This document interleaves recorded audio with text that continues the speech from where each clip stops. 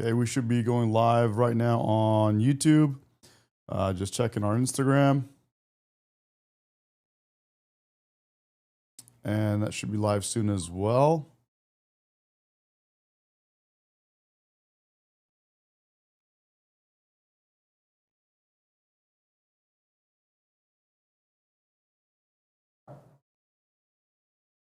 All right, and we got Argentina's president arriving right now.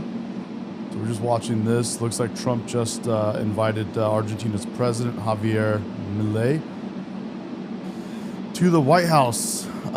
Curious what we're going to talk about and some of the questions that are going to come across here. So this should be pretty decent. My microphone is good. Everything's looking good. And our chat is live.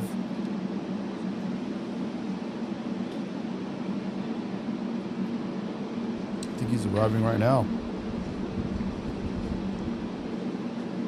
So just going to keep an eye on this, see what happens. He's going to arrive. He's going to go in. They're going to do a few things, and then he'll go ahead and most likely what happens, they'll sit down and speak a little bit together, and then we'll have open questions from the press, which will be great. Love watching those. Those are very exciting. Because they ask anything, and you know President Trump, he will say whatever he wants, whatever comes to his mind. So that should be good. Guys, thank you for joining the live. I just started the live right now. Again, thank you guys. Thanks for coming online.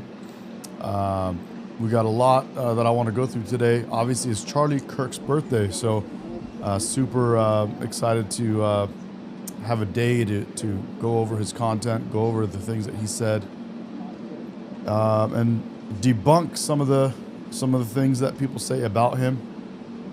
Welcome from YouTube, guys. Thank you for joining.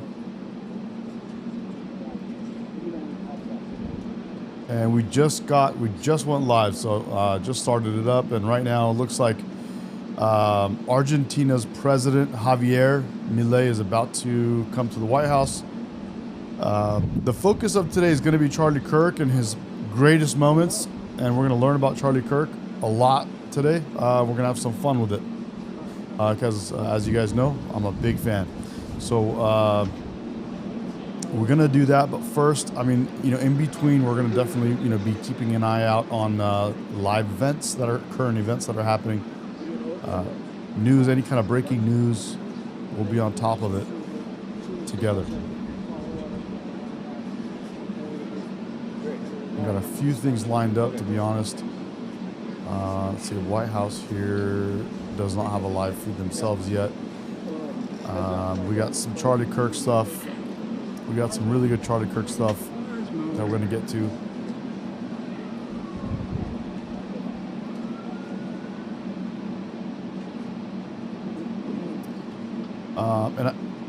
Looks like, okay, so looks like, yep, there's President Trump. This is live, guys. So it looks like Argentina's president is pulling up right now. And that's President Trump right there waiting for him. There it is. So he's going to pull up. He's going to go inside.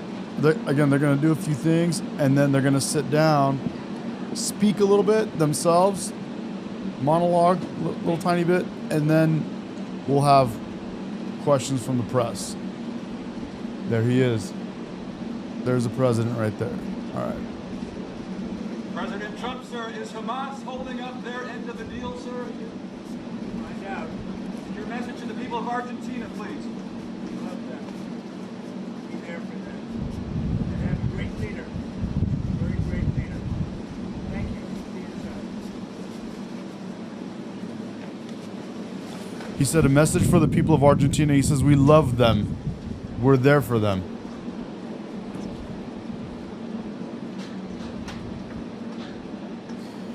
Henry Taylor, I feel sorry for you, buddy. Sorry that you feel that way, man.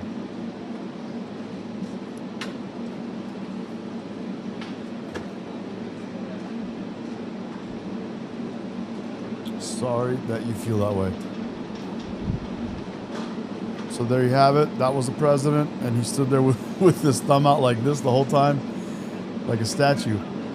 And there you have the Argentinian flag next to the American flag.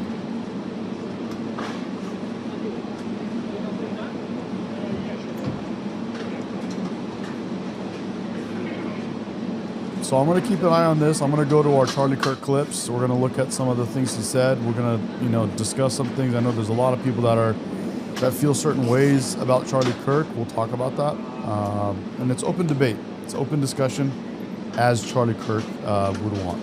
So feel free to discuss your opinions, to discuss your points of view in a way that people can understand what you feel and how and why you feel that way, and we'll talk about it.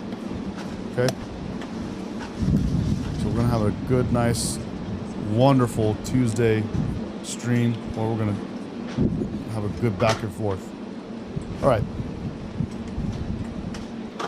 What's up, Random? How you doing, buddy? Good to have you, man. So, Argentina's president, if you just came on, bro, doing good, man. Getting started. We already got some Charlie Kirk haters that want to only remember his death, not his birthday. So, if you just came on, Random, we had Argentinian president just showed up. He just walked in. President Trump greeted him. They went inside. They're gonna do their thing for a little bit, and then yeah, miserable people, bro, for sure. And then so they're gonna go inside, do their thing, sit down. Then we'll have them live speaking. So we're gonna watch that, and then we're gonna have the press asking them questions, which is what I really like, because again, Trump unscripted. He's always unscripted. I mean, for the most part, he's unscripted, and you never know what he's gonna say. A lot of times he's funny, but here we go. Oh, Nancy's online. What's up, Nancy? I'm wearing red in honor of Charlie Kirk today. Love you, Nancy. Thank you. Thank you. Andy, what's up, buddy? Wearing red today to honor Charlie Kirk, R.I.P. Thank you, man. Hell yeah, love that. Love that. Dude, we're going to watch some Charlie Kirk. We're going to learn about Charlie Kirk. We're going to watch some of his greatest clips today, and we're going to discuss it. We're going to have some debate, some back and forth. There's people that are not, I mean, they feel away. If you look at this person's text right here, Henry Taylor says, "I rather remember his death than his birthday." So that's this one right here. If you can see that. This is YouTube right here, guys. Maria says, "Hello from Northern Florida, wearing red."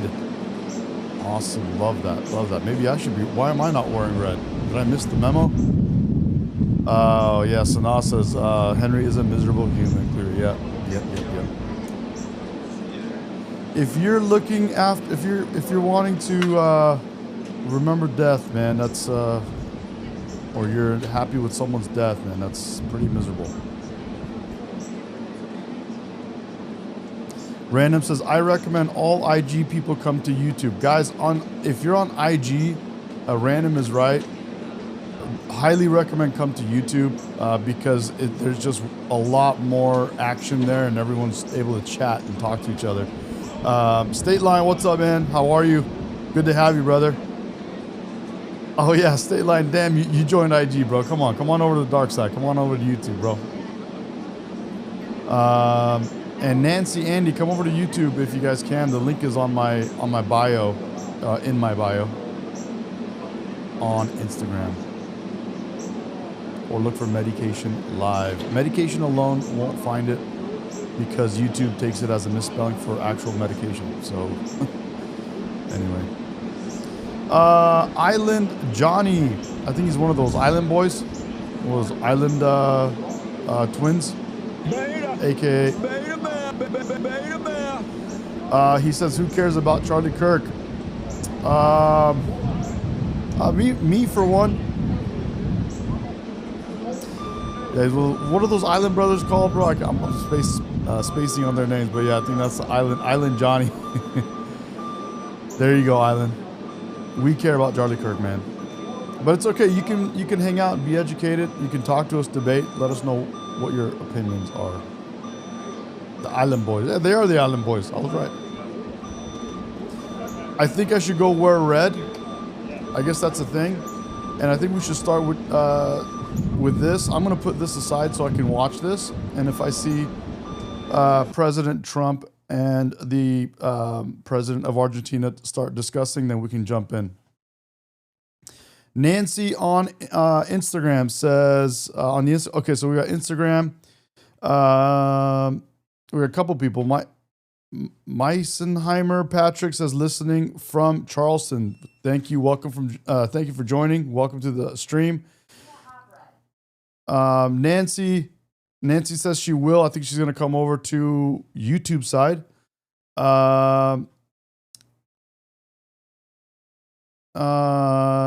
Let's see here. So, my son Patrick, listening from Patrick, if you want to come over to YouTube, bro, there's a lot more action in the chat. State Line says another day, another dumpster fire somewhere. Thank God it's 5 o'clock somewhere. Nancy says a lot of people care about Charlie Kirk. We must have missed the memo. Oh yeah, I must have missed the memo. A lot of people. Okay.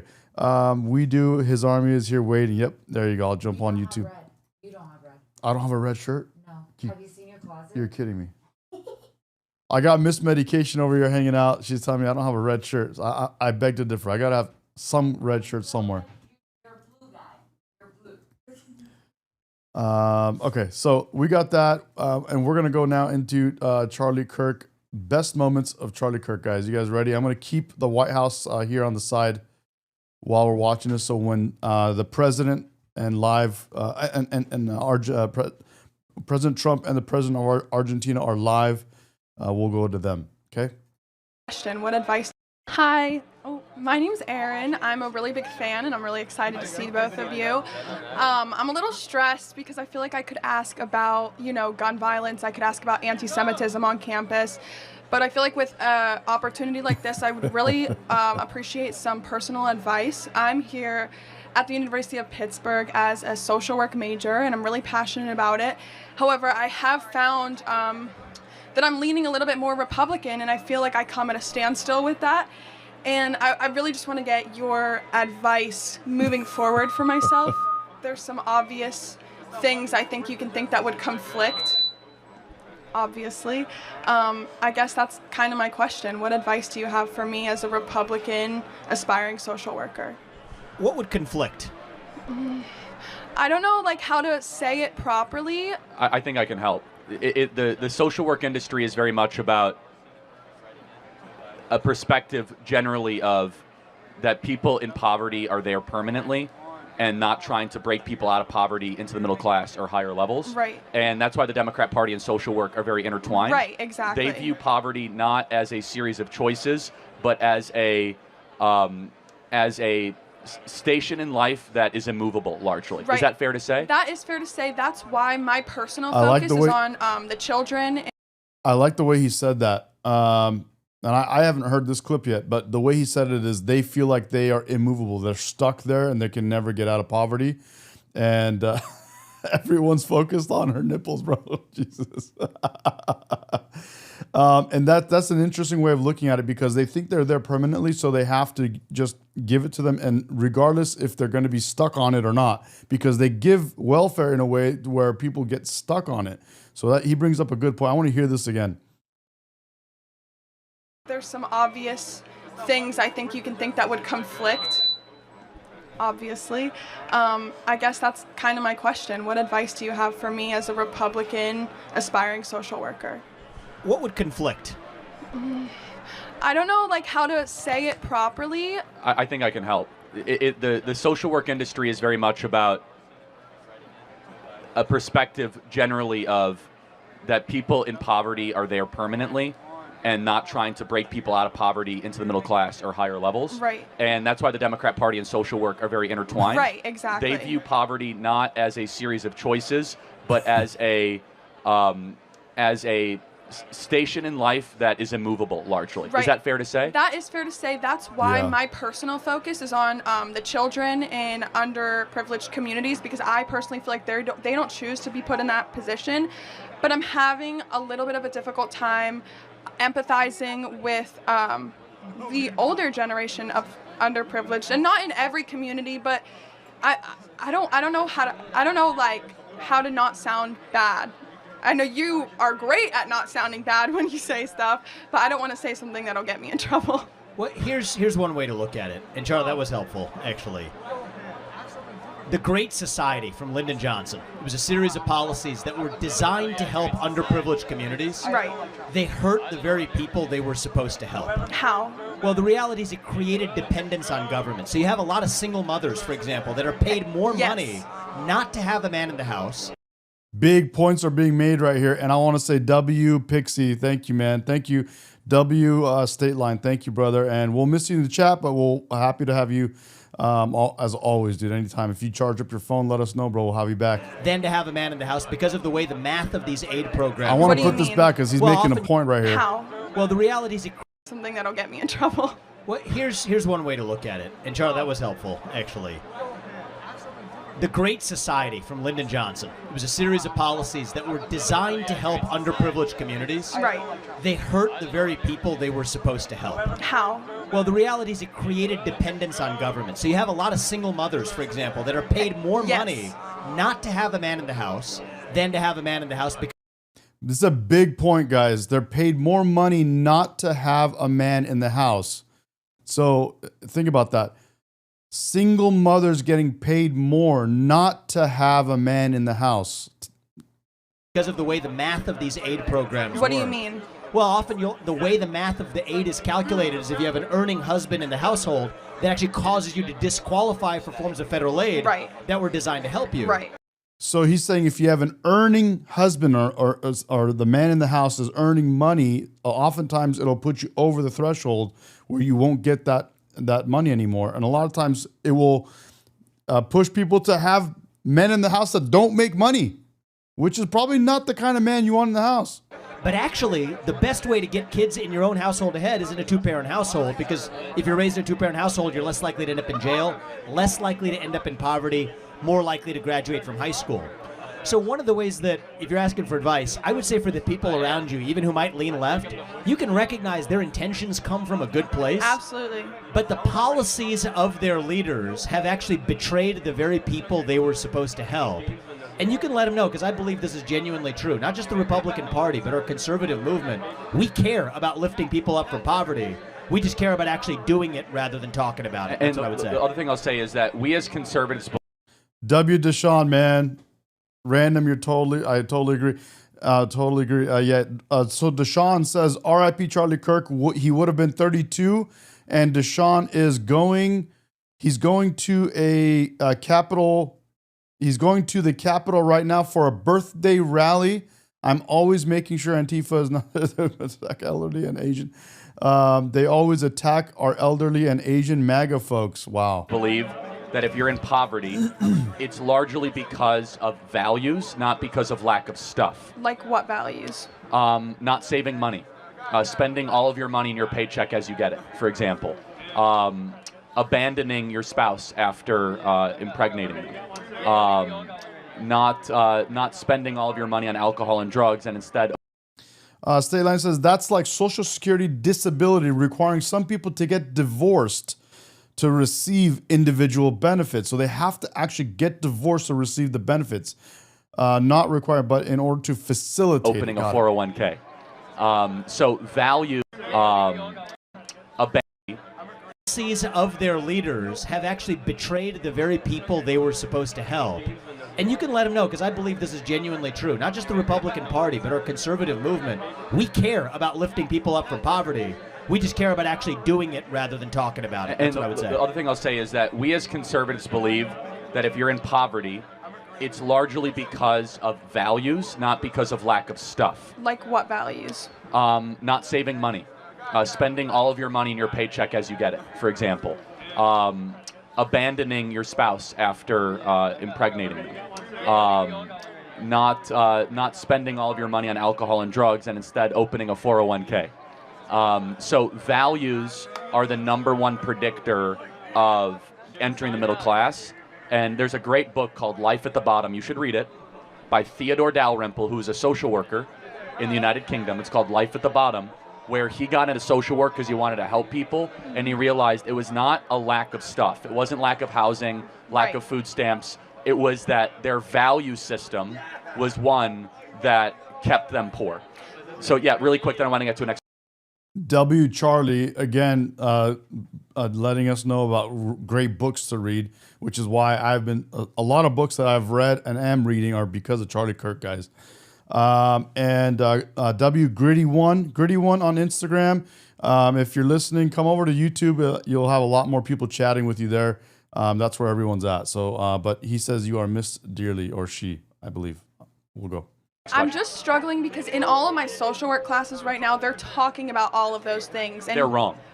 so what do I do? I'm trying to learn about what I want to do. I think you need to stay in social work because you're called to do it, but there's an amazing amount of literature from Thomas Sowell to Shelby Steele to Theodore Dalrymple that get down to actual root causes of poverty, which is not lack of stuff, but is worldview. I'm gonna back this up because there's one of those nothing says nice rack. There's a couple authors that I may not be reading. Hang on. But there's an amazing amount Thomas Sowell I know of really well, so hang tight. Of literature from Thomas Sowell to Shelby Steele to Theodore Dalrymple that get down to actual root causes of poverty, which is not lack of stuff, but is worldview. And I think that'd be super helpful. Thank you so much. God bless you. Trump 2024. Yes, you want a hat? Thank you. Hat? Thank you. To actual root causes of poverty, which Thomas is not Sowell. lack of stuff, but is worldview. And I think that'd be super helpful. Thank you so much. God bless you. Trump 2024. Yes, you want a hat? Hold on, Trying to learn about what I want to do. Thomas Sowell. I think you need to stay in social work because you're called to do it, but there's an amazing amount of literature from Thomas Sowell to Shelby Steele to Theodore Dalrymple that get down to actual root causes of poverty, which is not lack of stuff, but is worldview. And I think that'd be super helpful. Thank you so much. God bless you. Trump 2024. Yes, you want a hat? Thank you. Yes, great. Thank you. According to the way that the asylum laws are written, the entire nation of Mexico applies under asylum. Do you think that you have a right to immigrate to America?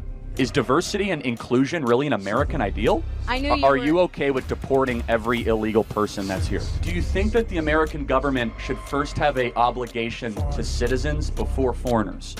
Nobody is asking these questions. We're just saying, if you want to come in, you can come in. Do you see anything wrong with, I don't know, taking in 5% of the population of Haiti? If someone comes into your dorm room uninvited and they do the dishes and laundry, they can stay? If I'm not gonna do my own dishes, heck yeah. Hi. All right. Hello. Oh, hi. I'm gonna start off by saying I'm a political science student. I'm a second year here at K-State. And I'm a first generation student. Try to turn it up a little bit. Turn it up a little bit? Yeah, perfect, great, thank you. And what's your name again? Alondra. Nice to meet Alvarez. Yeah. So I just had a question, because you talk a lot about like protecting and securing our southern borders. But as the granddaughter of immigrants, I think that we get into a lot of complicated disputes with the idea that immigrants are criminals or drug dealers and things like that. So I just want to hear what your opinion is on those expectations or those what do you call it, those stereotypes that are put on Hispanic communities, Latino communities, and how they change the way people perceive immigration. Sure. So thank you for the question. So you said you're the first generation Yes, I student am. or first generation American? I'm a first generation student. Cool, great. Second generation American? Did I hear that right? Or- Third generation Cool. American on my mom's side. Great. Second on my dad's. When your grandparents then, is that right, came Yes. to this country, did they do so through the legal process that was in front of them? So my father got married to my mother, so he's a legal resident of the United States. She's been here her entire life. But did she enter legally? She did. Okay. She's born here. Yeah. Got it. My grandpa on my dad's side entered in illegally. Okay. So I'm not here to like insult your grandpa, right? But Yeah. yeah, but we must be very clear that the type of immigration that we support is when you follow our rules and you come on our terms. Definitely agree with Charlie on this. We're going to get back to this. State Line says definitely well worth the read on all of these. So, guys, I just pinned I pin in the chat, if you're curious, I pinned the 3 authors that Charlie just recommended that we read. Thomas Sowell I know of very well, and I have one of his books behind me. But these are the other 3. State Line says they're good reads, so they're there if you guys want to check them out. And that you do not break into a country uninvited and you try to cut. Can I add something to that? The reason why he left, and a lot of people in Mexico do, is because of the political state, especially in the 70s and 80s, when they decided to move. They have a government that isn't supportive of their constituents, and because of drug problems, their only choice was to move. Yeah, I totally sympathize. That's not true. It's never the only choice to commit a crime, and we should not put up with it. And so it is an insult to other immigrants from Vietnam and Laos and Pakistan that have to wait decades in line to morally equivalate people that come in and just break in. Oh, I have an unstable country. Like half of the world's countries are unstable. Yeah, but that's why we have the asylum seekers program, which is heavily abused. And we're talking 2 different things. Asylum seekers and walking into the country illegally are similar but different things.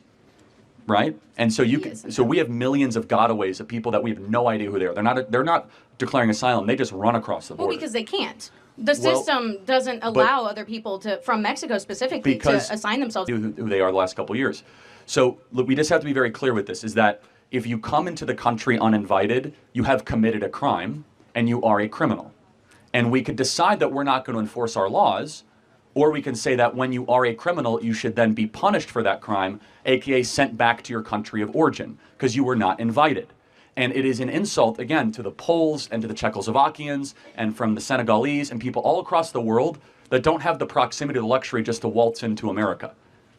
You call it a luxury to leave a country that has political tyranny and come into a country with opportunity? Yes, to live in Mexico, to be able to go 100 miles north and break into America. Do you know how many people in Pakistan would kill to be on that border? That's why we bring them in. Well, we shouldn't, right? That's the point. And secondly, do you think that you have a right to immigrate to America? I think that I didn't have a choice. My grandparents made that decision for me. And I'm not trying to attack your grandparents, but no one has a right to go to anybody else's country. You are invited. It is a privilege, not a right, to come into America. So it's a privilege to live a life that requires you to have clean water, clean food, clean air. Yes, of course it is. And you have to fight for that? Yes, it is not. But we didn't? Hold on a sec. Well, born here, we didn't fight for that? Well, my ancestors did fight for that, actually, and I'm a very thankful recipient of many generations of Americans that fought for the greatest nation ever to exist. By doing what? Coming here? Well, illegally? Wait, what did my ancestors do? They came. Dang, this is a good one. I want to hear this. They came over here in 1620, fought in the Revolutionary War, fought in the Civil War, fought in World War I. So because my grandpa didn't come here in 1620, it gives him no right to have a good life? He can fill out paperwork and wait in line like the rest of the world. Yep. And then we can see whether, like my parents did, or not it's in our my parents fill out paperwork and came here legally. Best interest to allow him to come in. And so we have to weigh costs and benefits. I'm not saying we should have no immigrants, but immigration must be a net benefit for the American homeland and for the American citizen. We have brought in 10 million people in these last couple of years. We have now brought in 5% of the population of Haiti. Nobody is asking these questions. We're just saying, if you want to come in, you can come in. Do you see anything wrong with, I don't know, taking in 5% of the population of Haiti? Not necessarily, no. If we have the land and the resources to house them, it shouldn't be that big deal to bring in immigrants. Really? So do you think that the American government should first have an obligation to citizens before foreigners? Okay. Great question. Now we're getting in. See this? Great question. Okay. I think we have an answer obligation. The question. Yeah. Here's the thing. Yeah, we're obligated because we're citizens to have the rights that we have, but that doesn't mean we can't open up our borders when we have the process to do That's not the question. You, being a younger American, and everyone in the audience, is the first generation in American history to have it be worse off than your parents. So the social, and you agree with that, social contract, poorer, more expensive. Yeah. So wouldn't it be rational for the American government to say, we're going to prioritize younger generation Americans that are American passport holders and citizens before those in another nation? I don't want to say anything that offends people, but go ahead. Said it, right? I've already said it. Whatever. I think that hold on. But Hold I on. don't think I don't want to say anything that We're going to prioritize younger generation Americans that are American passport holders and citizens before those in another nation. I don't want to say anything that offends people. But No, I've go already ahead. said it, right? I've already said Yeah. it. Whatever. I think that the way we're going about it is wrong.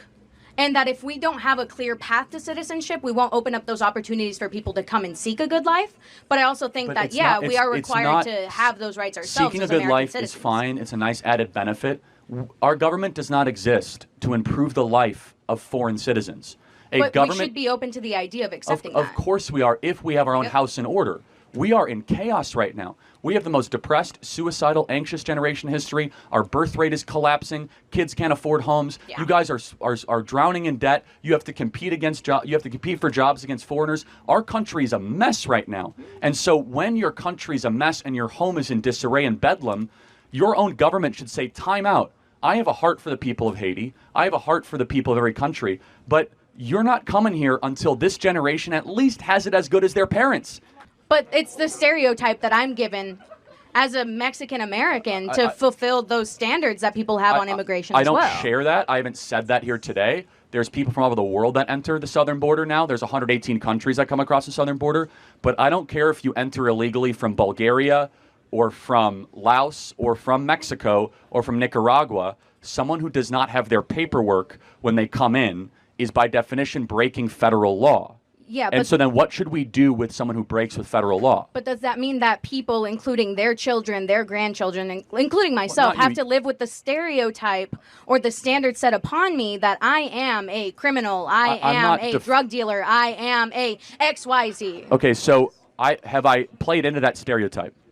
I've heard it many, many times, not from you specifically today. Okay, but then it's a little bit of a red herring, right? Because we're not even talking about it. I'm not. Well, my original question was, what do you think about it? What do I think about stereotypes? About the stereotype given to immigrants right now and children of immigrants and people of color here. Well, I can't talk about something I don't believe in. So, I mean, I don't want people to be stereotyped. No different than when you look at a young white man on campus, you think he's a rapist, right?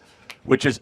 No, I don't. Well, that's good. No, but that is a stereotype that is pushed sometimes. Like, oh, if you see a young man on campus, it's campus rape culture. Stereotyping is wrong. It should not occur. But we also must understand that the way that we constitute our immigration policy right now in this country is not in the benefit of the American citizen, and we're acting much more like a colony than a country.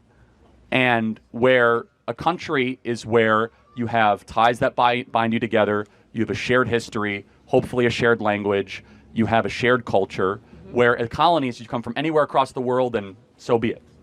Yeah, but isn't that like the point of America? Ah, Diversity and inclusion and Oh, belonging. Where I'm so glad you brought that up. Where is that in the Constitution or the Declaration that diversity and inclusion, these are false ideals that are taught in school? They're, I guess, nice, but is diversity and inclusion really an American ideal? I think so. Where does it say that? I think that everyone has the right to live out their own individuality, their own lives, in their own way. I know, but you say the American ideal. Where do you get that from? Yeah, pursuit of happiness for Americans. You're right, because that's what the Declaration I'm an was American. written for. No, if that's fine. Does that mean I'm not valid here for No, having no, a diverse background? No, of course you are, but I'm saying Yeah. that what. So can I not express that? No, don't change the topic. You said we should be able to open up the country for people from all across the world. Yeah. Why do we believe that is a core belief? Because we want to help people. That's the point. We came here a Got it. long time ago. We established a country a long time ago, and we Well- want to have other people come in, I think, to live in the luxury that we live Got in it. now. Last question. I knew you Are were- you okay with deporting every illegal person that's here? No. Why? Because there's some people here that are not represented well by the media. There's a lot of illegal immigrants here that are working their butts off for the life that No, they want. I don't care if they're working hard. But the point is, what should the punishment be for breaking into a country? Depends on the crime you commit after No, no. you break into it. Okay, no, that's it. I'm talking about just the crime is breaking in. What should the punishment be? I break into somebody's home. What should their punishment be?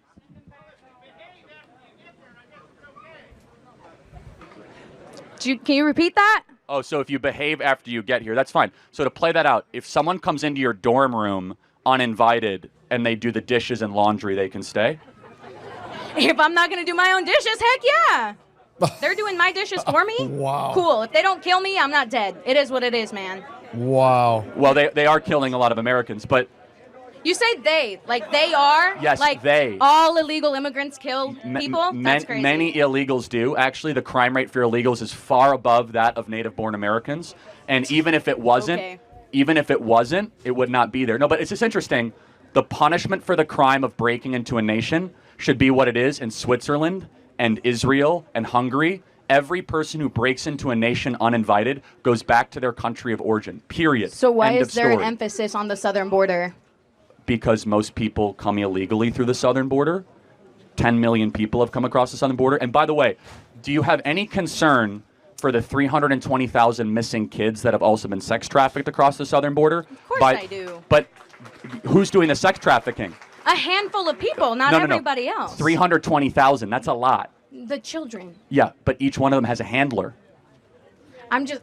So, and that means that 320,000 sex pimps are bringing in sex slaves to this country. The point I'm trying to make is that we categorize all illegal immigrants under the same thing: sex traffickers, drug dealers. Am I and doing by that? you saying all illegal immigrants have to be deported, Yes. you're implying that all I'm of not them implying are anything. doing these I'm being terrible things, super and not a clear. small percentage of them. Well, it's not small, actually. 320,000 out of 10 million is not small, actually. That's a serious number. That's 3.2% of all people that came into the country are connected to sex slavery in some way. That's insane, actually. 3.2% are connected to sex slavery. That's like a lot. But anyway, so let's just I want to just make clear. If you come into a country uninvited, definitionally you are a criminal. We're just not going to agree. It's fine. Then That's final okay. question. What is a criminal? What is a criminal? No. What is it? Would you agree with the definition that a criminal is someone who breaks the law? Here's where I'm thinking. Come on now. Come on now. Here's the thing. I know how he's going to turn it, and I don't fully agree. It's not a matter of turning it. It's a very ABC sequence. See, she's not answering the question because she's. I know how he's gonna turn it. It's a very simple, basic question. These are simple questions, and if you can't agree and comprehend and digest these simple things, you can't get further. If they're can't not go past criminals, it. then tell me what a criminal is. And a criminal is obviously someone who breaks the law. Someone who comes across the southern border broke federal law. Therefore, they are a criminal. Okay, then we can just disagree. But you have to tell me what a criminal is, though. Trump! Oh, Trump. Yeah. Yo! You got to come up to the mic. Okay. She's right behind me. Yeah. Have fun. Can't tell me what a criminal is. Yeah. Jen, thank you, Jen. What's up, Jen? Thank you for helping out. Appreciate you, Jen. Thank you so much. And everyone in the chat, I'm reading chat constantly right here when I'm looking down here. I've been trying to respond to everyone, but this discussion was really good. It's so sad. It's because guys, thank you for subscribing. I'm watching the subscribing the number right here go up. And it's wonderful to see. Thank you for supporting me. Appreciate you guys. I bring this to you almost every day. So let's do this. If you want to really get down to it at the core, and she's a very sweet person who was there. The left cannot define core terms: criminal, woman, racist, democracy. Do you feel proud of yourself for debating college kids who are unprepared to speak in front of an audience like yourself? Hold on. You're 30 years old. We can agree you're 30 years old, right?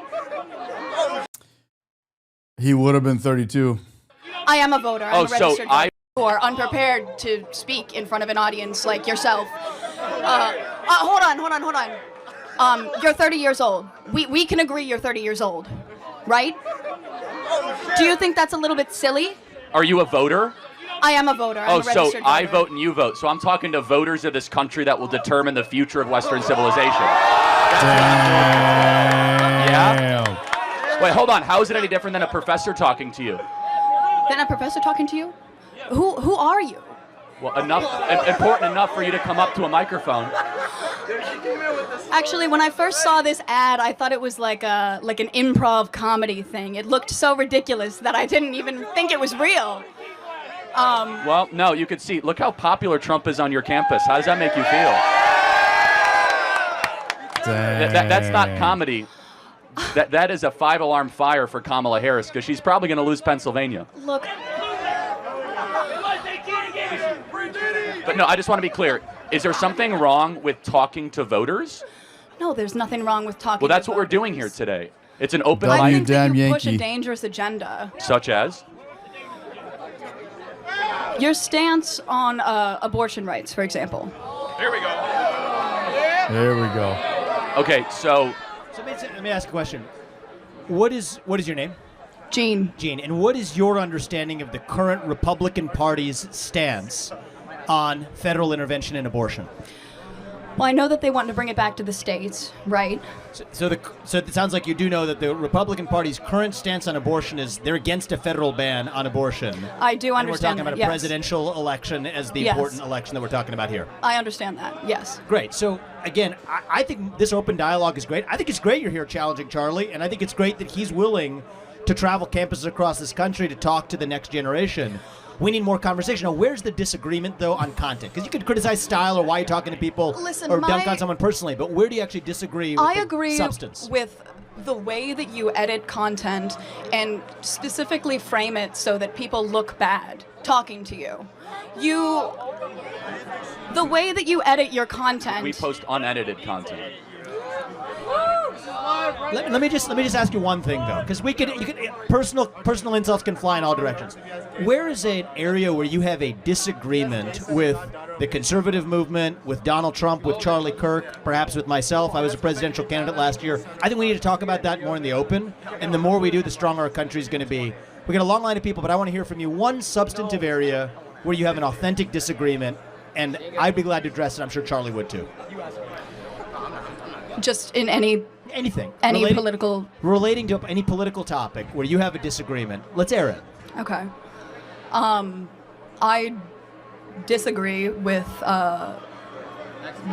some of the laws that are being pushed in Congress that are against the LGBTQ community and the trans community. Okay, so let's talk about that. I'm going to give you my view, and then I want to hear yours. Okay.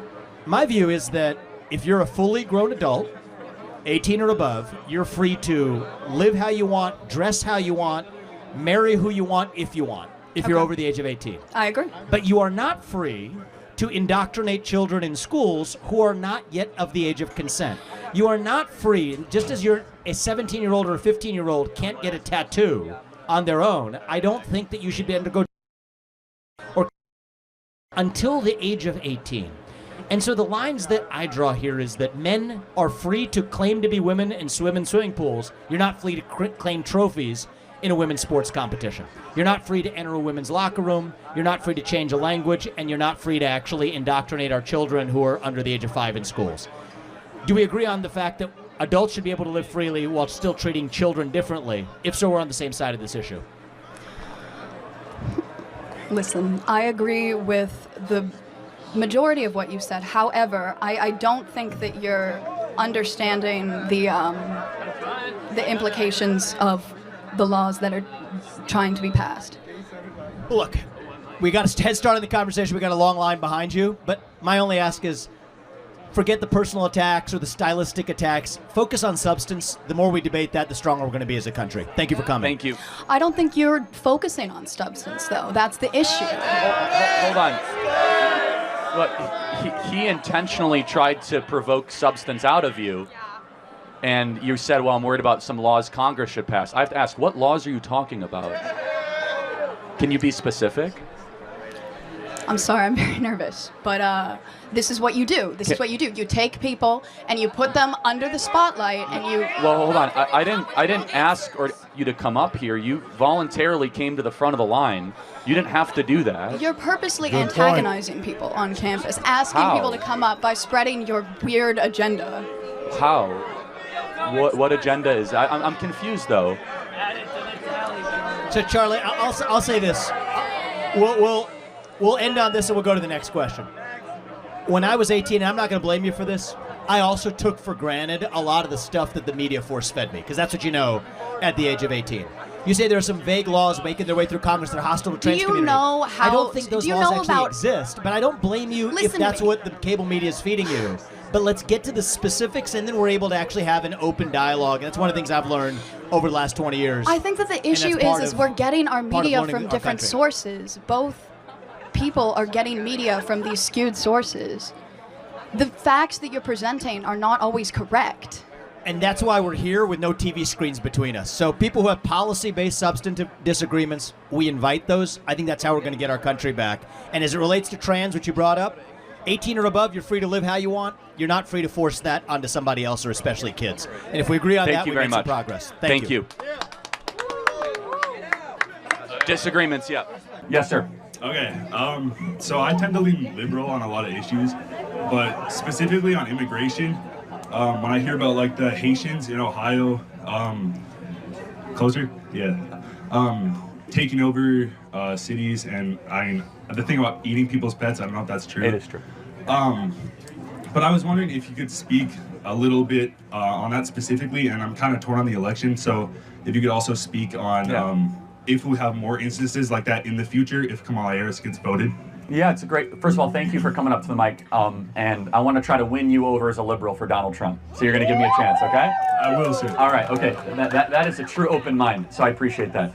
Number one, we have accepted 5% of the Haitian population in this country in the last couple of years. I have nothing against Haitians. I know some Haitians. We can all agree when you accept 5% of any country's population, in addition to all the other mass migration we have, it's too much, it's unsustainable, and a government must start from this core premise. It must have an obligation to fulfill a better life for its own citizens before it opens its border to non-citizens. It's a very, very basic, fundamental thing. And as I said earlier, everybody in this audience is seeing their future worse off than their parents for the first time since George Washington.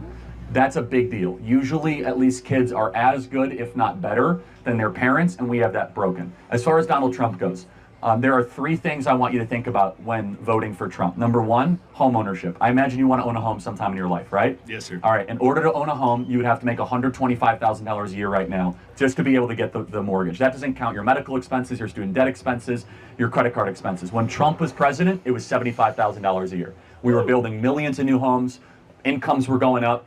Why is it that the housing prices have gone up so much? Because Kamala Harris and Joe Biden have spent $6 to $7 trillion of unnecessary federal spending, flooded the zone with these trillions of dollars, which have inflated asset prices. Number two, as a liberal, I imagine you don't like war, right? You don't like endless war. Under Donald Trump, it was the first president in 40 years where we had no new wars. No Iraq war, no Syrian war, no Russian-Ukraine war. Under Joe Biden and Kamala Harris, we have the Russian-Ukrainian war that we've spent $250 billion on. We have the terrible situation in Israel and Gaza. I'm very pro-Israel. We can all agree, though, not a good situation, though, right? Not favorable. It's just bad. A lot of human suffering, not good to witness.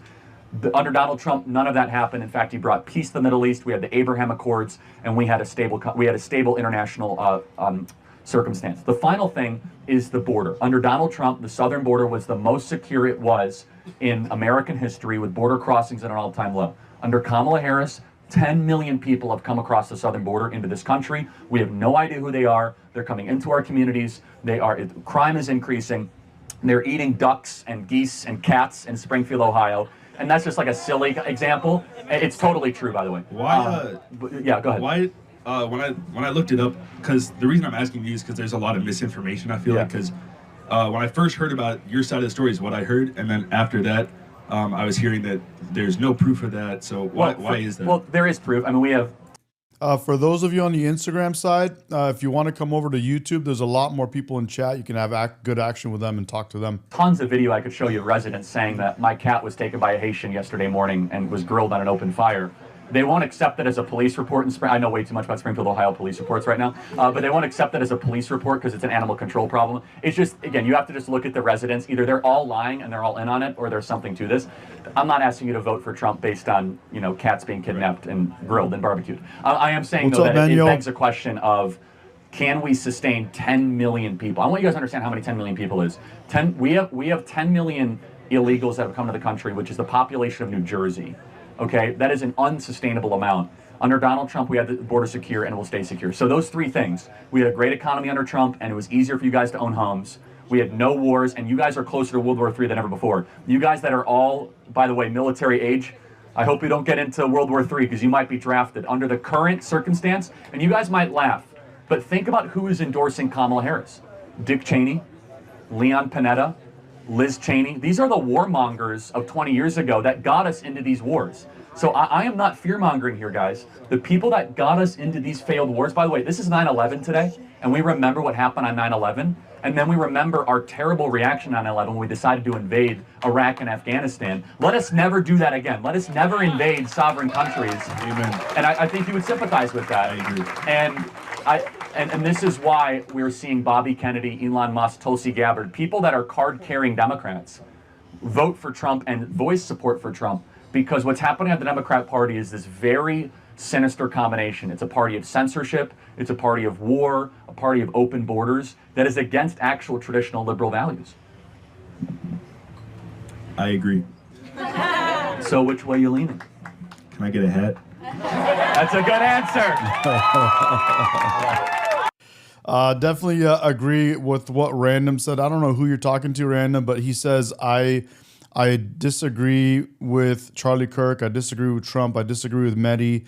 And he says also here that, and yet here I am. Medi is cool. I get along very well with most people.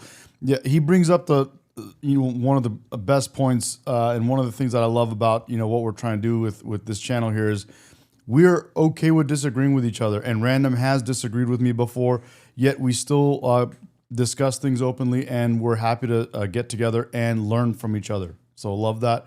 Thank you for saying that, bro. Appreciate that. In the medical field, endometriosis.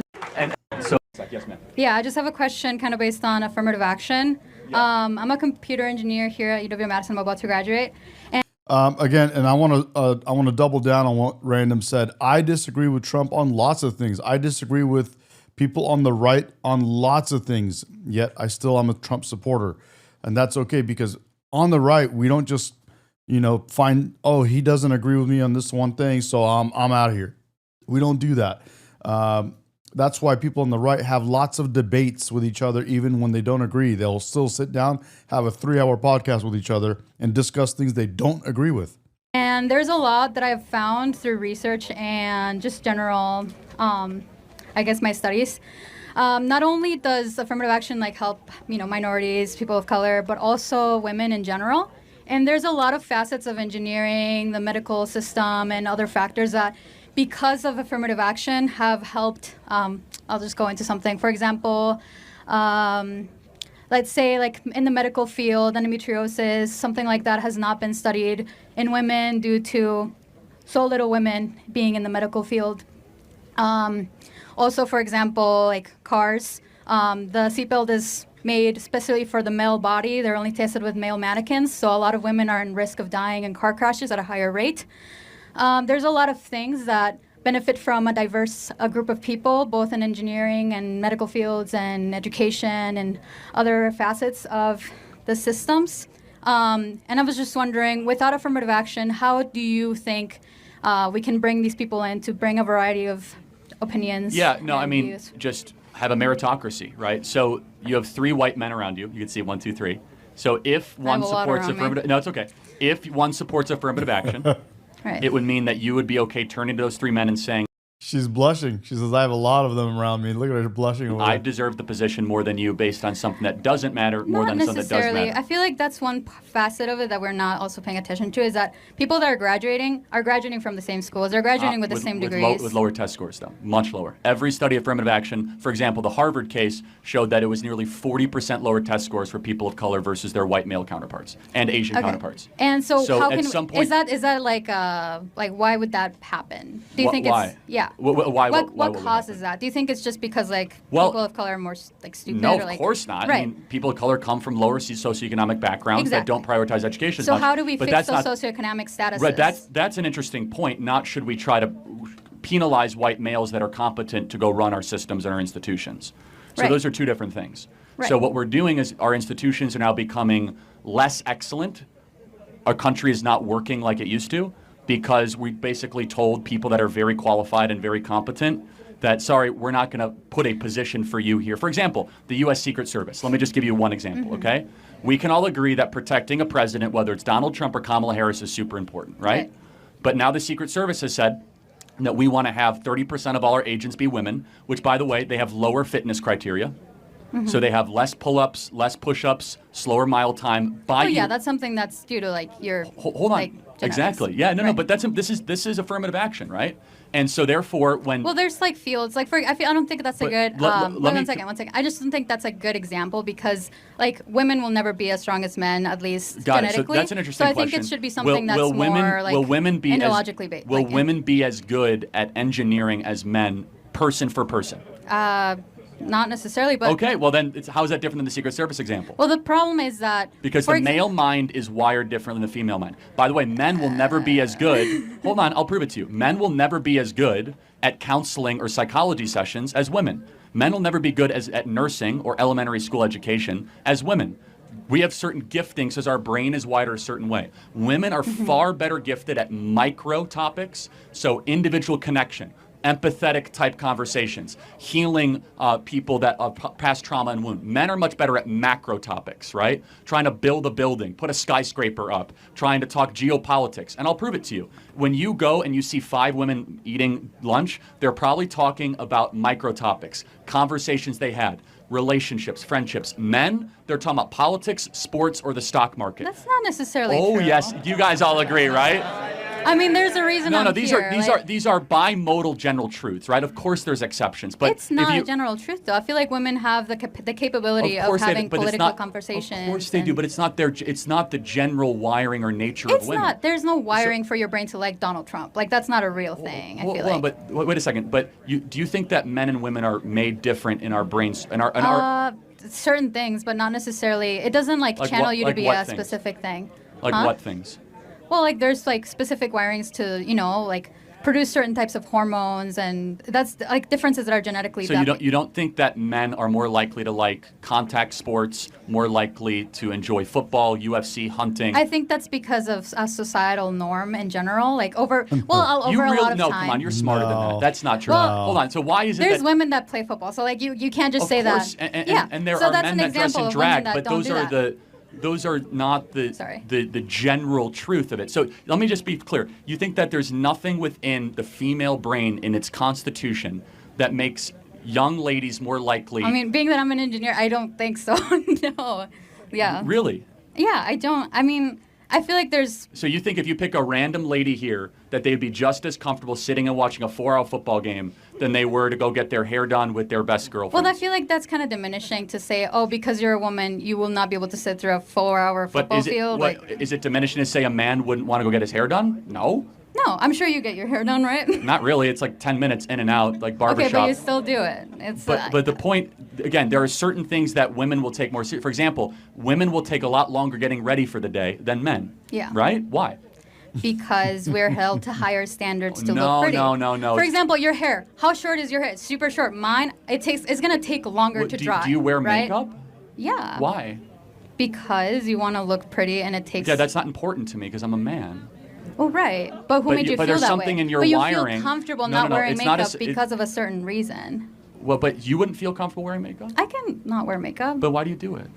I mean, like right now I'm not wearing like anything really. No, I know, but that's the point is that at some point you wear makeup because there's something within your wiring that says I want to be presentable to the world, and that wiring honestly is I want to find a mate to have children. I mean, this question was about affirmative action. I think we're getting No, it's not. It's actually really important because I don't think there's any differences between races, but I think that when it comes to affirmative action, we're saying that there are differences. Right. That we're trying to say that things that don't matter should matter. So I don't think race matters. Affirmative action says race does matter. What about like women also in fields like that? Like what I explained earlier. I think that's even more dangerous, to be honest with you. If like we're going to say that women should be Secret Service agents protecting Trump. Not Secret Service. I'm talking about medicine, engineering, that type of thing. Well, hold on. Okay, so should we try to have the same amount of female to male OBGYNs? I think it should be similar to the amount of like OBGYNs, the general population. So hold on. 85% of all OBGYNs are female.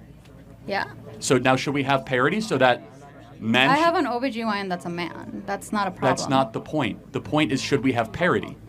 I think it should be similar to like whatever the... Got it, okay. So you're consistent. So women studying in the OBGYN field will be actively discriminated against, so a man can, because we must have parity. It's not about people in the OBGYN specifically, it's about people in general. Men were, like for example, women were not able to vote until like less than 100 years ago. She's picking and choosing which places she wants to have affirmative action and essentially DEI as well, right? Well, basically, right? So we have to have it in some places, but not all. Like, how about MBA? We talked about this last night in our stream last night. How about if we put DEI or affirmative action into the MBA? What does that have to do with One the second. field?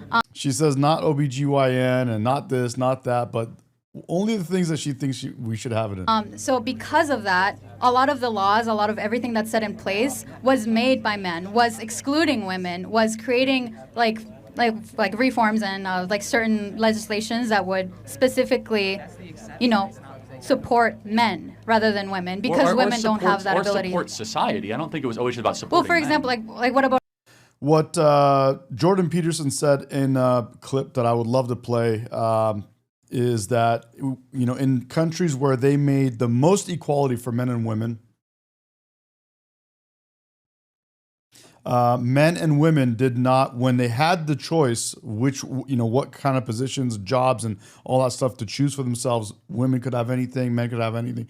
They did not go and have equal men and women in every job. There is a reason why we don't have women plumbers. Why don't we have women plumbers? I've never met a woman plumber in my life. Maybe you guys have. I've never met it. It's not because there is something against putting women, and men have created this thing where women cannot be plumbers. It's because there's such a thing as men and women, and they are inherently different. There are differences. There are things men prefer to do. There are things women prefer to do, and they prefer not to do. Women do not prefer to go into plumbing. They just don't. Nobody has said you can't. They just don't prefer it. So that's an example of if you're trying to force people and companies and jobs and industries to become equal when the people themselves, if they had a choice, they wouldn't want that themselves. like what I brought up, endometriosis, so like the seatbelt accident, like all this stuff is due because we taint the. There are differences. There are less males in some places, less females in some places for a reason. It's because people have the preference here in America and they choose to do the things that they're doing. That's just how it is. It's preference. We're using our own personal preferences to do the things that we do. It's not because, there's this system against us and they're not allowing us to become equal to men, or women are not allowing us to become nurses like all the women are. It's like, no, it's preference. Men don't prefer to be nurses in general as much as women do. Women don't prefer to become plumbers and electricians like men do. Favor men in specific. So I just don't believe that, first of all, because research will go where the money is. And so was there money in endometriosis research? Not much, because men that's don't why. care. So maybe it wasn't sexism. Maybe it was a monetary explanation. Well, who has the money in a society? Well, actually, women control more money than men in the country. But women weren't able to have. Cheryl Schultz, when I said there's no women plumbers, she says we don't like showing our crack. Bank accounts until like less than a. Exactly. Whereas men were like, "Oh, it's okay. These pants are falling. Who cares? I'm just going to fix this person's toilet." 100 years ago, so they can't really build that generational wealth. Do you think it's been a better thing with women's liberation the last 20, 30 years? Yeah, I would. Do you think that's interesting? Do you think women are happier in America today than they were 30 years ago? Yeah. Then why are they the most depressed group in the history of the species? Women are the most miserable they've ever been. Like, why is that? I don't think that's because we're allowed to have money. No, now, I'm asking but it's like more liberation, more college degrees, more birth control, less marriage. I would less argue kids. otherwise. I don't know where you got that data. No, everybody agrees that women are super miserable, as far as versus 30 years ago. Well, it could be the fact that because women weren't able to go to a psychologist or like. Or maybe it's because they're not doing the one thing that they want to do, which is to get married and have children. Yeah, she's saying that, no, it's actually opposite. It's saying that women says women around the world report higher levels of life satisfaction than men, but at the same time report more daily stress. Yeah, so we're just. Mark Topic says that's not true. Women love to show their bum. And then we had Jean says, she says here, I as a woman did landscaping for 10 years, but it was because I had to, not because I really wanted to. Yeah, that's what happens actually if you start doing these kind of things where you make DEI a thing and all these, they're trying to force equal men and women into places where if they had choice, they naturally would not do that themselves. So type in women antidepressant use 2024. It is the highest it has ever been. But there's like more layers to it than that. It can't just be that. You have to look at why are women more likely to go and talk to a psychologist. There's the differences in that. So, but I'm just curious. So, do you think women are generally happier in 2024 than they were in 1964? Yes. Okay, thank you very much. But I just had the question of how would you want to fix that? Just there's no problem to fix. Pure meritocracy. No, I'm just saying like how do you bring people with diverse opinions? Oh yeah, I mean like I don't care that much about. I care about excellence. So like women, like you used to be studying I don't into care stuff about like putting women in endometriosis STEM. and I stuff care like about being that. a strong. No, I'm talking about like being able to like look into those type of things like endometriosis, like all this stuff. How do we make that safer for other people without bringing people that care about it? Not that important to me. I want the country we once had, which was the greatest country ever, where we put excellence and we put superior intellect above like sensitive racial politics. Not interesting to me.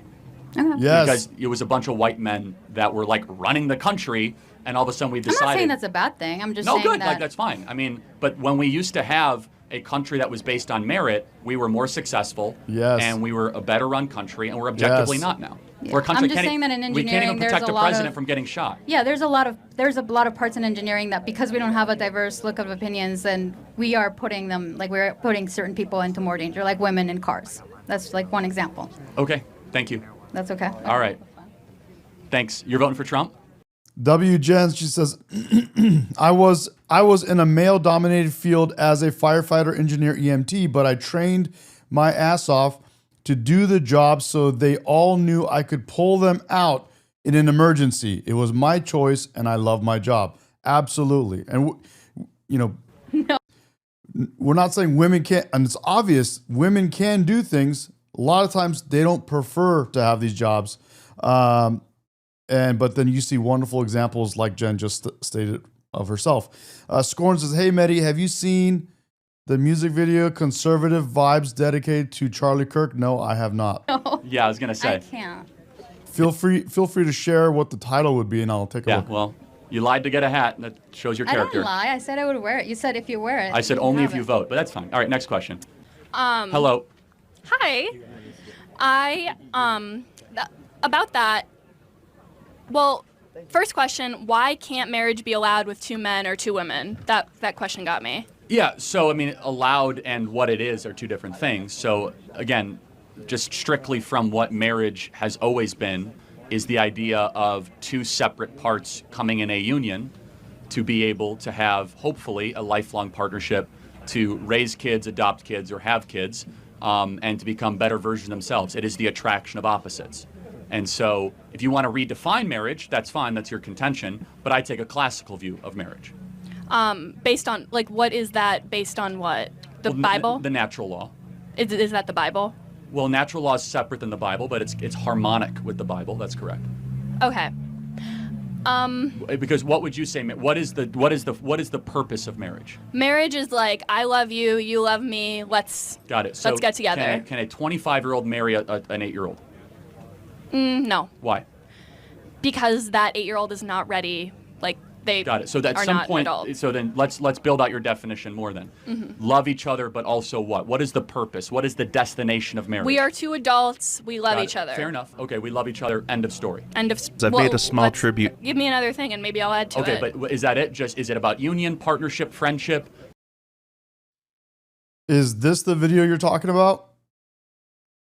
To Charlie, using artwork, songs, and other. I've made a small tribute to Charlie using artwork, songs, and other things that subscribers have sent me to memorialize Charlie. I am Charlie. I am Charlie. I am Charlie. I am Charlie. Ich bin Charlie. I am Charlie.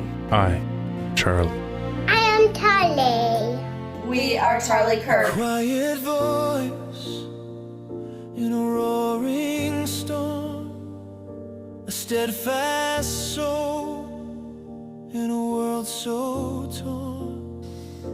You built a bridge where the road was crowded. I've received over 150 I Am Charlie or We Are Charlie videos that we're going to be putting into the music video with Danger Silent. I want to play the videos I've received so far because it just brought me to tears with the people that love Charlie all around the world. I want to play the rest of it, bro, but to be honest, I'll probably get hit with copyright because music is one of the worst things for copyright. They just, for some reason, you put a little tiny bit of music and your whole video gets copyrighted. Well, I'm going to go, but it's a good video, bro. Thanks for bringing it up. Thank you. I think it's just like, let's get our taxes good. Like, you know, let's just get married. Like, I don't think there needs to be some big crazy reason. I'm not attacking you. I think marriage is holy. And by holy, I don't just mean in a religious sense. Holy means separate, meaning it should be elevated. It should be celebrated. It's something that is so above the rest. And you just think it's like a tax advantage. And that's fine, because actually most Americans agree with you. Yeah. I think marriage is something where we should drop everything like, wow, two separate parts have just made a lifelong covenant with one another to learn about the other and to grow with each other, and it's difficult. State line, I feel the exact same way, bro. Every time I think about it, it trips me out, and I'm like, I still can't come to terms with it. Colt, and I think that we've lost that. I mean, I'm Jewish, and like in Judaism, there's the there's like the when you get married, the religious marriage, and then there's the government marriage. Like, you have to get married twice, basically. So I think what you're talking about is probably the religious marriage, like with a priest. I'm talking about governmental marriage. I'm even talking about government. I'm just saying, traditionally, our governmental marriage, again, I'm in the vast minority of opinion in the country, this has been the classical view that it's a man and a woman coming together in something sacred and something holy or elevated. Again, that's not... I would say that's just a Christian marriage. It's not necessarily Christian. In Judaism, in traditional rabbinical Judaism, Orthodox, homosexual marriage is not recognized. That is true. So it's not Christian. In Islam, homosexual marriage is not recognized. Okay. So it's not just Christian. Okay. So it's Abrahamic. Abrahamic. All right, we agree. Why do we care if there's no father? I grew up without a father. I feel like I'm doing fine. I'm doing great. I'm in college. Like, why are we so towards the father? Why does he need to be there so much? So just try to answer my question for me. Do you think, what kind of is there any time, and you're being very vulnerable, and I appreciate that, when you were growing up, and maybe not, where you said, I wish I had a dad around? My mom says I did wish for that once, at a wishing well. But my mom was great. She supported me, provided me. Sure. No, I'm not. It's not a knock on single moms. Right. But was there ever a time maybe where a more masculine figure would have been helpful? I can't really, not off the top of my head. Okay. Like, what? Can you give me an example of when a masculine figure would be helpful in my life? When a boyfriend might have broke up with you, and you didn't want to talk to your mom because she just didn't get it, and you wanted a strong, stable man to say you're beautiful. I think.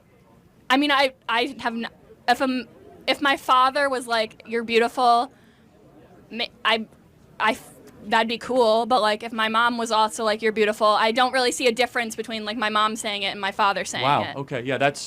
I don't see the world that way, because there's being a father to a daughter, there's a very unique bond between a father and a daughter, where you fall in love again, but not romantic love. You fall in a different type of Greek love, which is called storge, which is a father-daughter love, where you have such affection for this incredible being, and your task is to shepherd that vulnerable, innocent girl through life all the way up until the marriage aisle, to kind of connect the two topics together, right? Wow. Where then you hand it off to another man, because women are worthy of protection. So you're saying, like, there has to be a man in the woman's life. The woman can't be, like, alone. No, there are exceptions, but it is a beautiful ideal. And when that ideal falls apart, now let's talk about the technical side. In the black community, when fathers are no longer around, crime goes up, poverty goes up. Because you'll understand this less, and a man in the audience who grew up without a father will totally get this. If it's just a mom in the house, the dad should come in and discipline the 14-year-old for acting like a brat. The dad comes in and he says, stop doing this. You need to be able to outrank the 14-year-old brat with another masculine figure. But don't you think that, like, there's a reason that a lot of the black community doesn't have a father, and it's because of systemic racism. It's because like No. black men are more likely to be in prison. Oh, yes. I love it when they say the word systemic racism. Systemic. The system is racist. Yeah, bro, please. So why do people go to prison? For like a lot of the time, it's because they're in poverty and they have no other way to get. Okay, so they commit crimes. Because Yeah, but so wait, so wait. Why do they So wait, if you're commit crimes? So in poverty, we should give excuses for committing crimes? Yes, because if they have no Like murder? I did not say murder. I said I'm saying like if someone is stealing something because they have no money and there's no That's jobs. so interesting. So you think most crimes are crimes? Bro, she's from outer space, bro. Are you okay? It's okay to come. It's okay to steal. Is a What? necessity in the black community. I'm not saying most. So like gangbanging is like a crime of necessity? That I literally never said that. I'm saying But like you're making an argument of crimes of necessity. Like they're so I'm- hungry they can't handle it. I'm talking about like crime that has Yep. to do with like getting food, getting stuff that you need to live. Right, but we have food stamps for anyone that needs it. So that doesn't exist. We have subsidized housing for anyone that needs it. So that doesn't exist. We have free health care for any poor person that wants it, called Medicaid. That doesn't exist. We also have welfare, cash, for anyone that wants it. So that doesn't exist. So what is it they're missing that they need to go? Sorry about that. Well, the food, like a lot of food stamps might not cover all of what they need, and also housing is like there's not unlimited housing.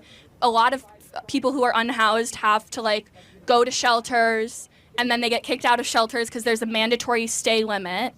So it's not like you but just get it's not a house. It's not a stuff thing, though, right? It's like if you need stuff, there's also tons of charities out there that can provide assistance. Churches, you will not go hungry in this country. You will not starve in this country. Yes, you will. There's like No, we have an you've been on obesity State problem. Street. We have an obesity problem, not a starvation problem in this country. What are you talking In about? State Street, if any one of those people went to the local Episcopalian church or Methodist church, they will get fed.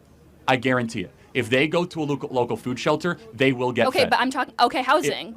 For housing. If we have Section 8 subsidized housing in this country, right? If you want to have a roof over your head, you can have a roof over your head. with like thousands of. This is that doll I made when everyone was making dolls. This is what 0% responsibility, 100% entitlement. She's entitled to everything. If you're poor, you're entitled to steal. Go take what you need. Go take it. Go steal it. What? Rules, and you can't yes, do of course, yes. I mean, like- it's not ideal, but the point is this. So let's just go back to the crime and necessity, right? Mhm. So why do people commit crimes?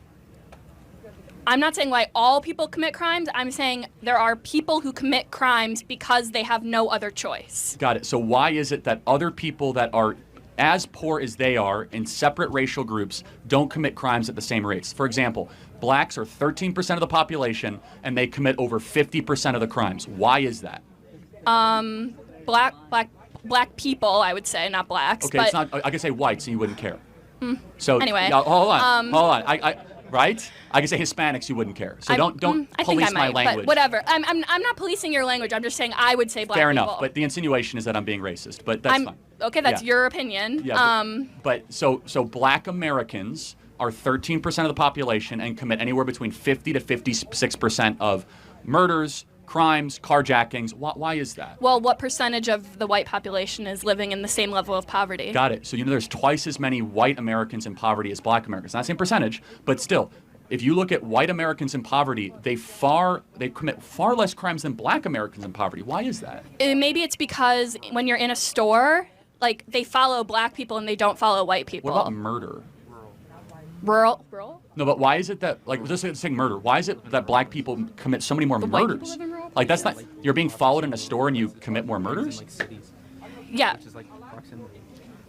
You're making the role, or I'll get to you in a sec, but Okay, it's not, anyway. it's not a good argument. But let me just go back to one thing you said. Systemic Whatever, you're racism, good. right? So the idea of systemic is that it's Yeah. within our laws. Mhm. There are some black Americans here listening. What can you as a white American do that the black American cannot do? Let's see. I could go into a store and not get followed. The police could not track me down on when I'm driving. I'm less likely to get shot and killed while I'm driving. There's a lot of things that I can do. Okay, so just be clear. So if you walk into a local CVS here, how would you guys be treated differently? Well, they would probably say hello, and they would probably like just walk, like let me in, and like not follow me, and then. So these are a lot of probablys. I don't believe you, but I'm talking about laws, right? So what in the legal code of America can you as a white individual do that the black individual can't? Because systemic means it's in our code, right? It's like, for example, like Jim Crow, totally get it. That's systemic racism. What is systemically your advantage? Maybe like housing codes, because I know redlining isn't a thing anymore, but there is, isn't there people who are white are more likely to be given loans because of, like, they have less, like, I don't know, that's just the, like, it's back from redlining. Like, it's a lot of the same stuff. So, I don't buy into any of that. So I just kind of go. You don't buy into redlining, or you don't buy into redlining. I don't buy any of that stuff that happens today. In fact, it's the opposite. Loans are now given favorably to black Americans in certain cities over white Americans. Okay, but so we you could, think because redlining? I believe in. I know redlining existed. I don't debate that. Of course it has. But because of DEI and because of affirmative action, there's actually a preference given. But so let's go back to fathers, right? Okay, let's go back to fathers. So something happened to black America since 1965. So in 1965, You mean the war on drugs? I agree with Manuel. Who was it here? David says he obviously doesn't understand that Section 8 housing is vastly underfunded and the wait lists are sometimes a decade long. Again, this is a complete BS that people don't like about what he says. And then Manuel says they should get a job then, David. And I agree. They should have less welfare programs and encourage people to go out and work more, earn it, and they will like themselves more for it. They'll have more self-esteem. They'll feel better about themselves. They will be better examples for their children and people around them. Right. Well, so if that's your contention, that's fine. So in order to go to jail for the war on drugs, you have to be dealing drugs, right? Or you have to be caught with drugs. So if you don't which is one of like the main jobs that you can have in a like poverty-stricken. Like if there's no jobs, like you're going to do drugs. I mean, you're going to trade drugs because that's the only option you have. It's such a difference in worldview. You're making excuses for criminals. Yeah, and what an insult to poor immigrants that came to this country that didn't commit crimes and worked 2 or 3 jobs and worked themselves out of poverty and didn't decide to go deal coke. Well, my father is a white immigrant from Poland, and he committed crimes, and he's fine now. So did he go to jail? Yeah, he did. I thought there was systemic racism. I thought that doesn't happen very much. I never said white people don't go to jail. I said they go more, and you're saying that white immigrants are fine and they don't. No, it's far less actually. I'm glad he went to jail. He committed a crime. I think it's terrible. Yeah. I think I agree with Blake Childress. Explain what you mean. He says, I'm going to focus on raising the next generation to be better and more educated. Tell us how. So, but at the core of it, we have a difference in worldview, right? My worldview is I'm not sympathetic to people that steal, that loot, and murder, because that's a values problem. And I don't like making excuses for people that do things that are obviously destructive. Secondly, we have a problem in black America. The biggest problem is not racism, it's the lack of dads. If dads are around, kids flourish. And you know who agreed with me? Barack Obama. Barack Obama used to make this a central piece of his campaign. He came to this campus back in 2012, drew like 100,000 person crowd, and talked about how we need to rebuild the black family and put dads back. Why doesn't the Democrat Party talk about that anymore? I'm fine with having fathers. I'm not against having black dads. For sure. I'm saying, but don't we agree? Has anyone heard that mentioned on the national scale in the last 10 years? Yeah, I mean, we've heard about probably like not. Yeah, and because there's bigger issues. No, there isn't. See, that's the issue, is that this is what makes us different. As a conservative, I focus on if you have family breakdown, don't worry about climate change, don't worry about systemic racism. All that stuff is like these crazy abstractions. What do you think create family problems? Systemic racism creates family problems. If you take away black people from their families, then they're going to have broken families. Okay, but that's interesting. How are you taking them away? Aren't they leaving? They're not staying with the women they're impregnating. So, for example, there 13% of the population is black. Not every single person ends up in jail, obviously, and yet there's huge child abandonment because there's a cultural expectation that is different in Black America than in white America, which is it's okay to impregnate a woman and abandon her in Black America. It's not based on what? What is that based on? That's a good question. Where does it come from? It's just based on. No, I'm saying what is that like your view of Black America? Well, it's not a view. It's true. I mean, don't take my word for it. Look at Thomas Sowell and Shelby Steele that have done amazing analysis on this. It's that in Black culture. Those are two of the authors that I have on the screen, guys. So I put those authors on your screen if you want to check out some of the authors that Charlie recommends. That is not considered to be a stigma. In white upper middle class culture, for those of you that grew up in Waukesha or Libertyville or grew up in Hinsdale or grew up in Naperville, you guys all know those neighborhoods. If you impregnate a girl, a woman, and you just like abandon her, that's frowned upon. That is a social stigma in upper middle class white culture. And it's not in Black culture? No. In fact, it's glorified by the rap culture. It is. I think Yes. rap culture is showing what happened. I don't think it's. Do you think that the songs that are the most popular in Black America are uplifting Black America to be better versions of themselves? I think the most popular Like Nicki songs Minaj, Cardi B. Do you think that they're like empowering people to be great? Well, I do think Cardi B and Nicki Minaj are empowering. But when you talk about like wow, Black, like let's go like Kendrick or whatever, like. They're talking about their life experiences and they're saying, this is what happened to me. And people relate to that because that's also what happened to them. It's not saying this is the greatest thing in the entire world. Does it lift up the audience to become better? I think so. Because it's like, how? Because it's saying we all relate to this. We can all, like, this is our story. We can be, like, better than this. Even though it's, like, I mean, there's better, there's not better. It depends on what your world Random. So it's WAP, very real empowering. is. But I think that rap is good because it can, like... No, I'm not saying it's bad or good. I'm saying, like, just the essence, the core, the ethos is not exactly about, like, quitting drinking, quitting drugs, and getting married and having children. No, it's about what you did. Guys, FYI, if I haven't told you already, I actually quit drinking ever since Charlie Kirk died. Legit. And it wasn't like I had a problem with it. I just decided not to do it anymore because I knew Charlie Kirk didn't do it, and I know President Trump never drank, and I figured, let me give this a try. Have done, not about, like... No, but just like to be clear, like, in Black rap culture, is it generally glorified... I think my skin got better because of it. to go sleep with a lot of women? I mean, that's your view of it. I'm asking a question. Is it in Black rap culture? I yes think, or no, guys? In Black. Sandy says, so it took another man to die for you to discipline yourself. How does that sound? I discipline myself in many ways without people dying on my own. Thank you very much. But it was a thought that I had, and I said, hey, I'm going to give that a shot and see how that goes because these guys didn't do it, and now I want to try it. I think that's a way of finding some kind of good out of this stuff, and a way for me to remember Charlie Kirk more often. Black rap culture is glorify women to be able to sleep. Sorry that you don't see it that way, and you want to turn it into a bad thing that I'm doing that. It literally wants to take a positive thing and make it into a negative. Sleep with a lot of women. You can't help some people, bro. You can't. Satan is your daddy, woman. Satan is your daddy, woman. Satan is your daddy. Satan is your daddy, woman. I mean, I think that's one aspect, yeah. Okay, so let's just take that aspect. Because it's a luxury that people can do. And, like, it's one of the things that people can do and everyone can relate to.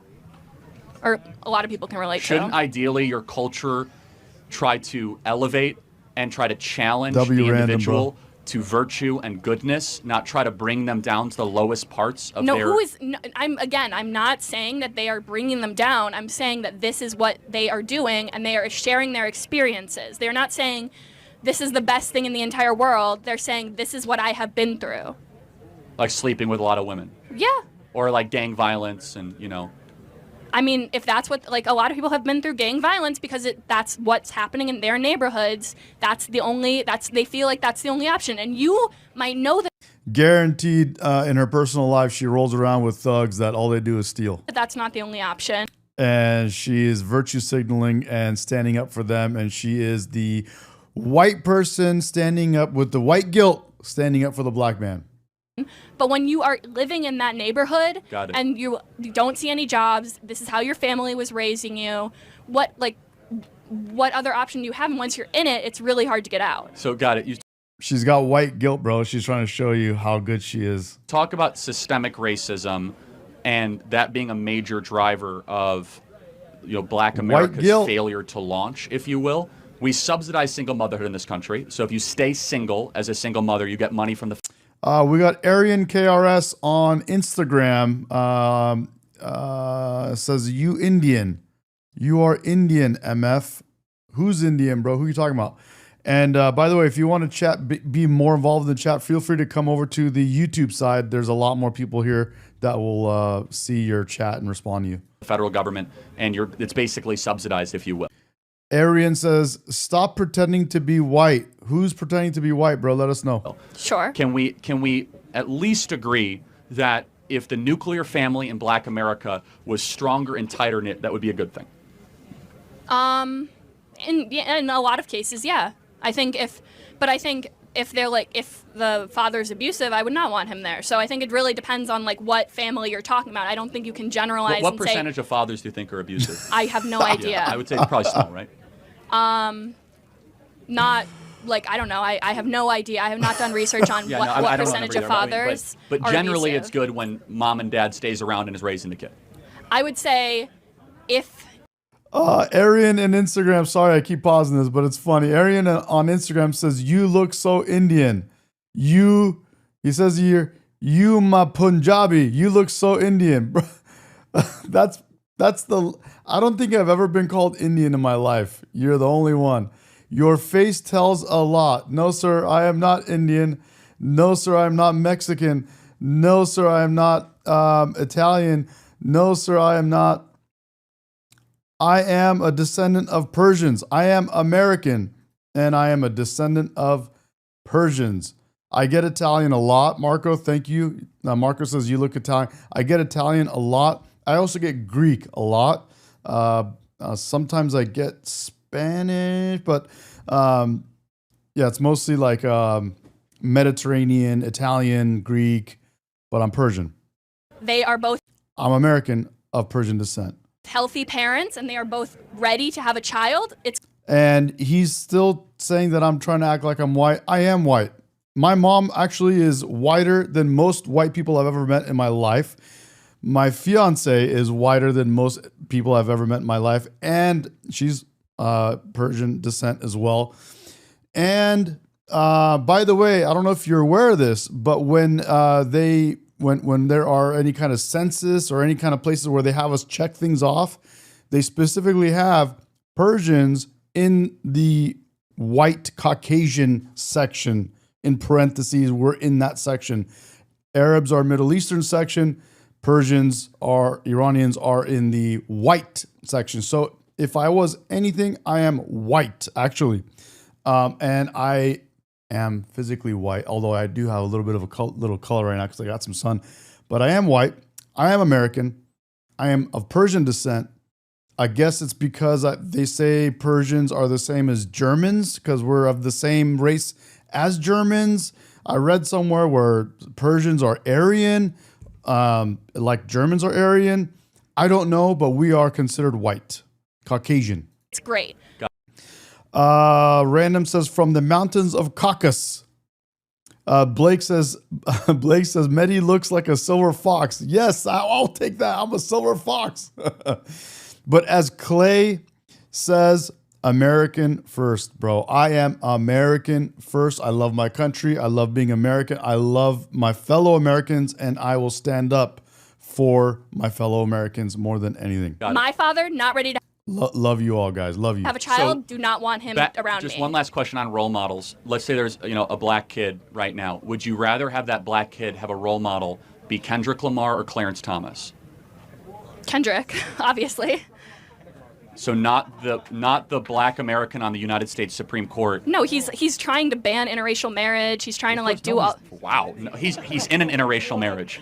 He literally. Sherry on Instagram. Sherry says, wonderful to listen to a Persian man whose views I 100% agree with. W. Sherry, glad to have you. If you want to come to the YouTube chat, you'll get a lot more action. We're talking a lot on the YouTube chat. There's a lot of people here too. And same with McClever. McClever says, you look like one of those guys on Vikings. I've never seen that movie or show. I got to check it out. Like, he's married to a white woman. yeah, I know. The Roe v. Wade So thing, like, goes against. He's trying to ban his own marriage? Yes. I thought I've I'm heard sorry to break everything. it to you. So we agree that there should be better role models, maybe? When have I ever said that there should not be? I'm agreeing with you that there should be fathers if they are I know, right it's for fine. that thing. We're agreeing. I And think, last question, you're voting for Kamala, I'm guessing? how can you tell? Yeah. Okay, what's her Obviously. greatest accomplishment? Probably capping capping the insulin at $35. She did that. Yeah. What else? I mean, you said her greatest. I'm just saying, like, that's the thing that goes off the top of my mind is like, big pharma. I'm sure you're anti-big pharma. Oh yeah, I mean that's why all the pharmaceutical companies are donating to her. That's right. So, okay. Okay. Yeah. Thank you very much. Enjoy voting for Kamala. Rotha, we'll give Rotha a little more attention. Rotha, let's give you some attention. He says, this guy is an immigrant. Don't believe the hype. This guy is a product. This guy, me. I am a product of immigrants. Not an immigrant myself, although I have nothing against immigrants. Immigrants are great. But we do need to get our country under control before we let more immigration, more mass invasion. We should not have mass invasion. We should have proper immigration like any other country. Not like England. England's getting invaded. But yes, I am of Persian descent. I was born and raised here in Southern California. And believe it or not, I was a Democrat for the majority of my life because of the environment I grew up in as a Southern California native. And then I recently turned to the right. So you're learning a little bit about me, and I'm giving you some attention, bro. There you go. Yes, hello. How are you? Good morning. I'm good. How are you doing? Good. My first question relates with Donald Trump's morals and characters. Morals and character. Excuses are often made for him, but that has not been the case for most presidents, and I'd like to discuss that with you. Donald Trump has continuously shown low morals and poor character, and I understand that you are a pretty strong evangelical Christian. Is that correct? And I don't think Donald Trump exemplifies strong Christianity. So I'd like to know what you think about that. So, great question. So are you a Christian? I just want to know by what standard you're judging him. I personally am not a Christian. Okay, so that's interesting to me. Why do you then care about what Christians think of Trump if you yourself are not a Christian? Well, I believe Christianity still does play a great role in this country. Fair enough. No, I just want to know by what standard you're judging him. That's fine. So when we're selecting a leader, all of us are sinners. All of us have problems. His character flaws are definitely public for those that can see it. I will say, though, that he has a lot of virtues. Would you say he has any virtues? What basis are you saying? What virtues do you think he courage. possesses? Okay, courage. I think. Like if you and I got shot, how would we react? Well, I don't know. I think that we're straying a little bit from the question. No, but it's important, though. So what moral failures in particular do you think are disqualifying from a Christian standpoint for him to serve in office or gain support from Christians? Well, I actually do have some things pulled up, and I did read some scripture in preparation as well. Would you mind if I provided some of that? Sure. Give me one or two examples. Yeah. And as long as you're applying the standard consistently to, for example, King David, Samson, Daniel, Joseph, and many figures in the Bible who are considered to be virtuous and righteous, because we're all sinners, and you know that. Sure. But yeah, absolutely. Please give me some examples. Yeah, well, I'd like to quote a couple pieces of scripture. First from, it says, "Do nothing out of selfish ambition or vain conceit, and to value others above yourself." Sorry, guys, gotta pause this. State Line, I love what he said here. State Line says, freedom is an illusion. Freedom is never free. We fought for our freedom. That's why he's saying that. Liberty is real freedom, which is why life, liberty, and the pursuit of happiness is worded how it is. W State Line, bro. Love that. But Trump has continuously put himself over American citizens. Yeah, let me ask you a question on that. He's gotten poorer since he ran for office. He's lost his business empire. He's been impeached twice, indicted 4 times, facing 700 years in federal prison. How is that putting his own personal ambition first? he's facing life imprisonment, his business empire to be taken away from him. That's actually putting the country above himself, isn't it? Well, Good point, Random. Yes, but what about him selling golden sneakers, selling branded Bibles, which he claims to be the only one he endorses, $100,000 watches? So yeah, I mean, but selling products to try to pay for legal fees is probably understandable, right? But he was, how much do you think he's spending in legal fees a month? Isn't that telling that he's a 34-time By the way, I haven't showed you guys this convicted one. felon, though? Well, that's interesting. So do you think the standard of justice is equally applied of Donald Trump and Hillary Clinton? Well, no, but look what you guys said about No, hold on. Hillary. That's very important, though, because do you think that Donald Trump would be experiencing this That's kind the of sea dweller. criminality against him if his name wasn't Trump? Yes. Really? I do. So then why is it that no one's ever been indicted for what he got convicted for ever before in New York history? Isn't that a great question? Why hasn't he been indicted? No. Why has no one else ever been indicted for what he was indicted for? They made up a crime, the first ever for Donald Trump. I don't. So let me ask you, from a Christian perspective. It's I once in a while I show you guys some cool watches. I really love watches, so I've shown you guys some watches. Random has seen some of them. He knows my stone watches, my geology watches. I have one geology watch I haven't showed you, bro. But this is not your typical. This is not your typical Submariner. This, if you see the red on the dial, if you see that red, let me see if I can get it good in there. Oh man, this is hard. The red writing on the dial, this one is the Sea Dweller. So you can see on the side there. You guys, I know you guys are into, some of you guys are into watches. Here you go. Here's a better look. See that? Let me get, here it is. There you go. And if you look on the side here, it has the escape valve right there. That's a Sea Dweller. It's like a little larger. I got big wrists, big hands. So this is a little bit larger than your typical Submariner. Anyway, it's a little bit of my love for watches. We all fall short of the glory of God. Correct. Okay, amen. And throughout the Bible, people who are sinners, such as I mentioned King David, who did a lot worse things than Donald Trump.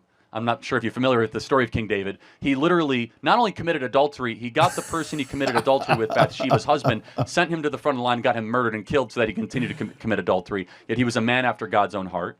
We have Samson, who literally, when God came upon Samson, he was in a bed with prostitutes. And was in the Hall of Faith in the book of Hebrews. We are not electing Donald Trump as a pastor of this country. We're electing him as a president. And Let's stay frosty. He says, no Bugatti watch. Come on, you're Persian. I know, bro. I'm not as flashy as your typical Persian, man. I'm American first. I'm a descendant of Persians. I still have some of it. Not a ton. Some of the others know. We also see what he does. And this is a very important moral question. Let's say I grant you that Donald Trump embodies some of the sins that you and I both don't like. Is it matter more of what he's done in his personal life, or does it matter more, for example, when you invade a sovereign country like Iraq and commit war crimes against millions of people? Well, Donald Trump has contrasted multiple Christian values, but I don't. Well, hold on, this is important though. Blake Childress says, I'm 27 years old and now able to afford some cool fit and watches. Recommend me some Seikos or something better. What I would recommend is do what I did when I was young and growing, getting into the watch world, is if you only have a certain budget for watches and your budget is putting you into the Seiko category, instead of buying Seikos or anything new, I would buy vintage Omega watches. Look at Omega watches from the 1950s and 60s. You can buy some beautiful watches that will not go down in value. All of my vintage classic watches that I've bought, that I've purchased, have all kept their value or gone up. Actually gone up. Most of them were triple or quadruple of what I paid for them 15, 20 years ago. And I still have a lot of them. And I'll show you guys more watches. Maybe even in a little bit, I'll go grab a couple.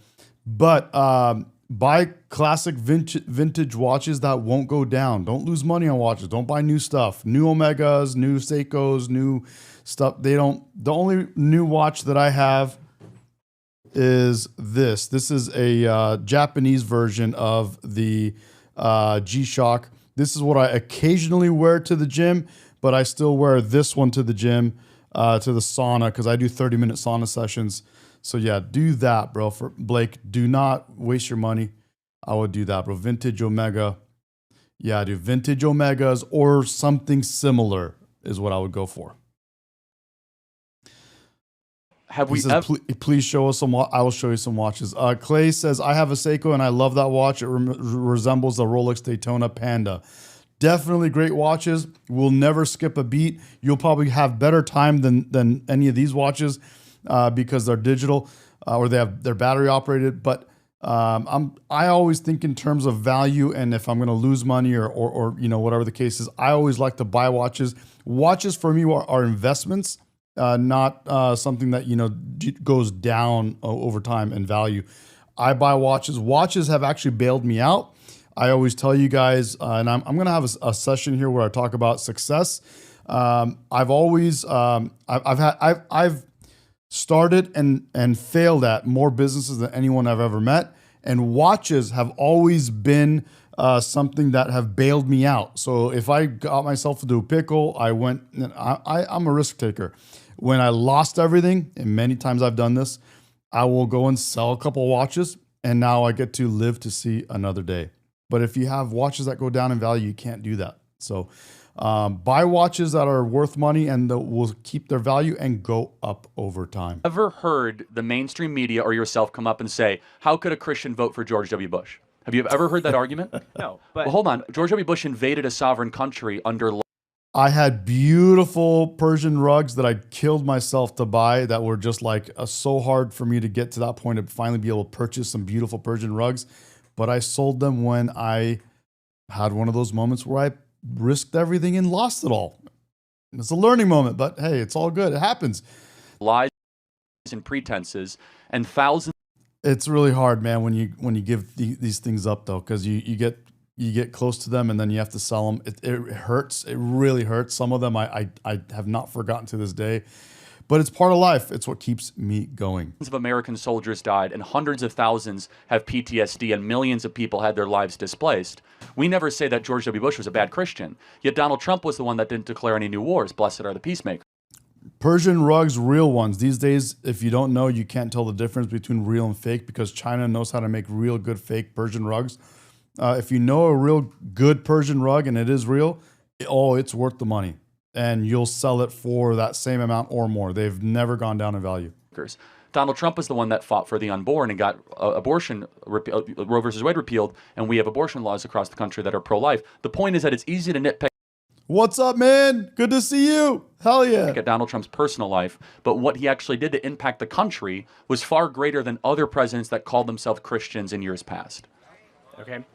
It still doesn't quite make sense why a Christian would vote for him, but I appreciate your input. I guess I put that very vaguely. I don't understand how Christians are okay with so much that he does because he also refuses to accept responsibility and take accountability. Well, but because we read the Bible, and the Bible is full of people that have very, very difficult, let's just say, colorful lives, and still are used for God's purpose. And and by the way, it's very easy to say, "Are you a sinner?" You're not a Christian, but let's just say, yes, I've sinned. Yeah, we're all sinners. And so we look at Donald Trump and we say, "Wow, this is a guy who's obviously broken. We're all broken. And what do you do with your broken life? Do you just golf all the time and fly around the world and hope things get better? Or do you get in the arena and fight for the country to the extent of where you get shot, you're under assassination attempts every day, and your business empire gets empire taken from you?" That's incredible virtue that I'm going to teach my kids about and say, even if your back is against the wall, you keep on fighting. I think that's incredibly virtuous. Okay. And I understand I'm not going to change your mind on this. So this is mostly... You asked for an explanation. Yeah, no, absolutely. That's what I'm saying. So I respect that. Now, you mentioned children that you have and raising them by moral. I mean, this is somebody who's running for the president of the United States. And as a matter of fact, traditional Christian theologian and philosopher Albert Schweitzer said that example is not the main thing in influencing others, it is the only thing. Now, the words of the president matter, and I understand you're raising 2 children. So he has been on track calling prisoners of wars losers. He lied to dodge He has never said that. Is not correct. That is a total lie, but that's fine. So, lied to dodge the military. That is also not correct, but fine. Called citizens vermin. Well, he called foreigners in the country that have broken into the country vermin. Okay. You know who he called vermin? He called the Venezuelan gang members that rape women vermin. Can we all agree that they're vermin, everybody? Yeah. But that's fine. Just keep going. Yeah, I mean. And his continuous bullying and name calling, I don't think that's a virtue you'd like to. No, this is important. I want to say that. Okay, let's pretend all that's right. Let's pretend that you weren't being fed misinformation no. But I want to be clear. What is more virtuous? The guy that says stuff he shouldn't say, or the person that sends $200 billion on unnecessary war in Ukraine so 1 million people die? You have to choose. Which one would you rather have? Someone that talks sloppily or someone that funds wars around the world? Okay, I was in the middle of my question. No. It's important, though. Your own, though. No, it's important because I wanted to hear from you, though, because you obviously are not a supporter of Trump, and Trump is constantly under this attack that he's immoral and he's terrible, yet we never judge the actions of our leaders who continue to have wars around the world where people die. Is that immoral to do? It is immoral, but I agree. So then why are we so fixated on the language of Trump and not on the actions of our current leaders? Definitely agree. Definitely agree. Major Trump haters will talk about what a kind of verbiage or kind of word, he said this and he said that, and he's the way he talks and the words he uses, and oh my God, it hurt my feelings, and oh, it's like dude, why aren't we focusing on the actions?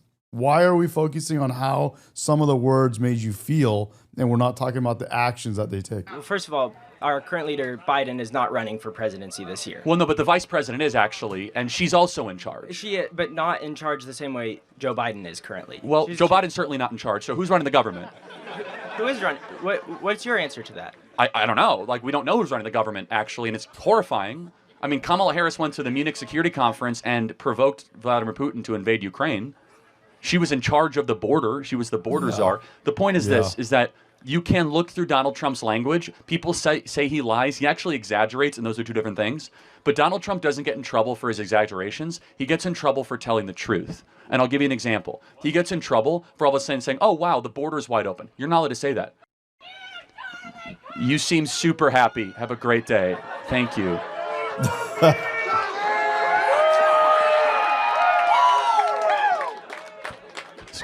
Man, dude, miss this dude, man. Miss Charlie, bro. Love you, Charlie. Thank you. I'm sorry they did you like that, Charlie. Fuck, man. Thank you guys. No, but I want to try to find some common ground here and try to see where you could. Well, I'm not going to make an excuse for everything a human being has done that it's not myself. Sure. But I will say that his track record of action has been very good for the country, and that is irrefutable. Well, okay. May I finish? In summary, yes, and then we'll get to another question. Okay. So what I was going to say is, right now with Hurricane Helene and Milton, he is profusely lying and criticizing the Biden and Harris administration. But local officials by saying he's siphoning money out for illegal immigrants. No, that's totally true. That's not true. FEMA said it's not true. You guys could hold on a second. FEMA literally says in their press release that they had a fund dedicated towards the southern border being a natural disaster, and they spent billions of dollars accommodating foreigners in this country with luxury hotels and interior flights. You can look at it yourself. FEMA gets money appropriated, and they decided to spend that money on the southern border and not on hurricane relief or tornado relief. I'm sorry they did that to Charlie Kirk, man. I'm sorry they did him like that. I'm sorry that happened. It's a bummer. Yep. Super bummer. All right, let's go to some more. Here's another one. Hey, everybody. We had a record year on TikTok. Record. This is an older video, obviously. Year. He over completely ended up crushing the numbers he's about to mention right now.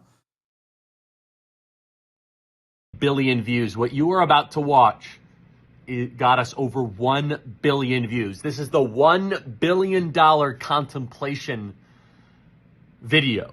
This video that you're about to see, 1 billion people saw. Who knows what it means for the election and for the civilization? 1 billion people saw these videos. Here we go.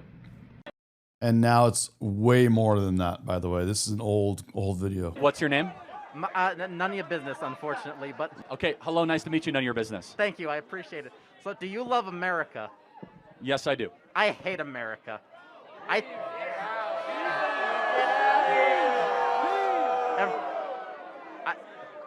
every state in the USA should be an independent country. What do you think of this? Well, I just first have to ask, since you hate the country, do you plan to leave? What do you mean by that? Do you plan to go live in another country? No, I do not. Let me tell you something. Your face is an idiot. America is the only country where even those who hate it refuse to leave. That's how you know you live in a great country. Can you prove that? An idiot. America is the only country where even those who hate it refuse to leave. Guys, That's how you know you live in a great country. Can you prove that? Let's hear this again. Refuse to leave. America is the only country where even those who hate it refuse to leave. That's right. That's how you know you live in a great country. Can you That's right, baby. That's right. Well, thank you. May I have a hat? No. So let me ask you none of your business. Random. It's not that this video itself has that many views. Right now, it's at 7.6 million views. It's that the clips that are in this video across TikTok added up to 1 billion views at that time that he said that. Who do you plan to vote for? I plan to vote for Kamala Harris. Why? I mean, you answered my question, so I'm done here. Like, there are people waiting. Can you tell me her greatest accomplishment? No, I can't. Can you tell me a single accomplishment? I cannot. I want to leave. That's what I thought. Like, dang. Everybody, do me a favor. Please be respectful, okay? Hello. So I have a few leading questions before my main one, because I have to be honest, I don't really know that much about you. So would you say that you're very religious? I am religious. However, every one of my political positions is defensible from a non-religious perspective. Okay, great. So I was under the impression that your beliefs on abortion were stemming from your religious beliefs. Well, at the core, that is correct, but I can get that it is defensible from using reason and prudence, as I have done the last couple of Cool. So you're not trying to illegalize abortion based on the Bible? Well, no, not based on the Bible. My personal conviction comes from the Bible. I want to make abortion illegal because it is the only applicable extension of laws we already and standards we already have in the West. Correct. I'm sorry, can you maybe rephrase that? Eliminating abortion. W Boo Boo Boss says, I've got 6 grandchildren and turns 54 in November. Holy cow. Congrats, dude. That's so awesome. I love that. Is the only logical step. W Boo Boo Boss. While we apply the standard we already have in this country to unborn life. So we have murder laws. Yes. Therefore, murder laws should apply to unborn life as it does to born life. Okay. So, again, reiterating, you're not trying to instate laws based on Christian beliefs because that would be unconstitutional, right?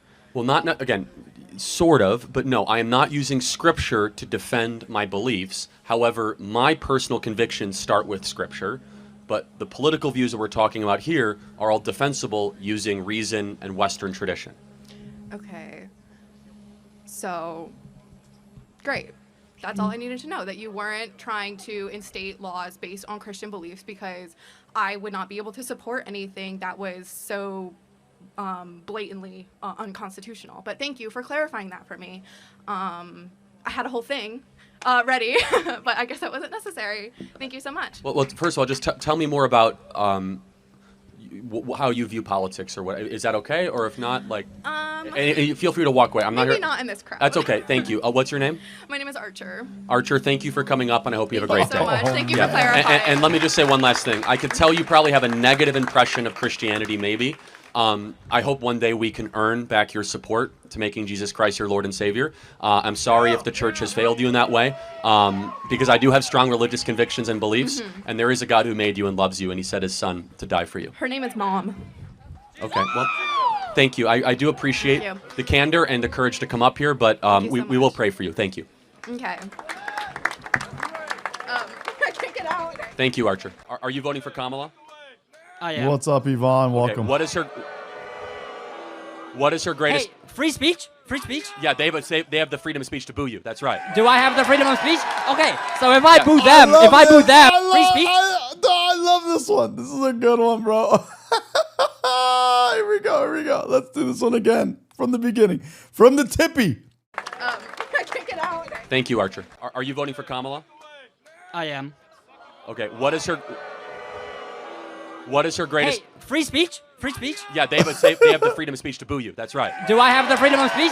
Okay, so if I boo them, then it's an impediment of freedom of... No, but I just gave you an open mic for 15 minutes. Let's just tell me, what is Kamala Harris's greatest accomplishment?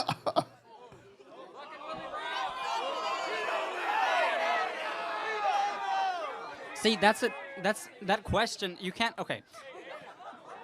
Damn, the greatest accomplishment, bro, that you got stuck, bro. It goes back to sort of establishing an. You an open mic for 15 minutes. Let's just tell me, what is Kamala Harris's greatest accomplishment?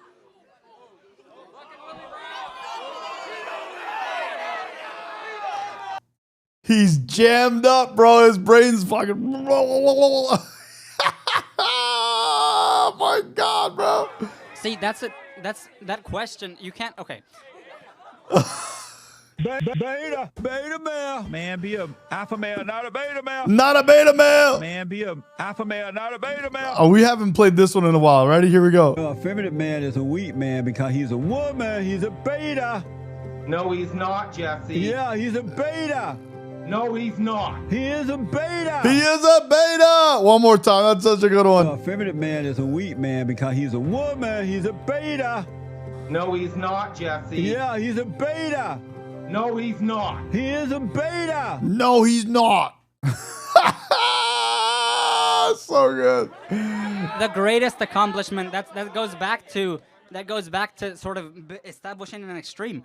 I can't definitively say, oh, this is the greatest, though. Absolute. Name greatest. an accomplishment of hers. An accomplishment of her? She got in. She in when she was the Hey.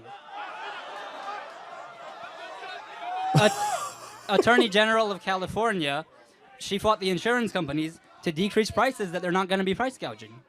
That's an accomplishment? Wow. Okay. So that's worthy of your vote. You support price gouging? Damn, bro. Well, no, I'm just curious. What has she done as vice You ever get that secondhand embarrassment for people? You're like, oh, dude. president that makes you be like, that's my gal?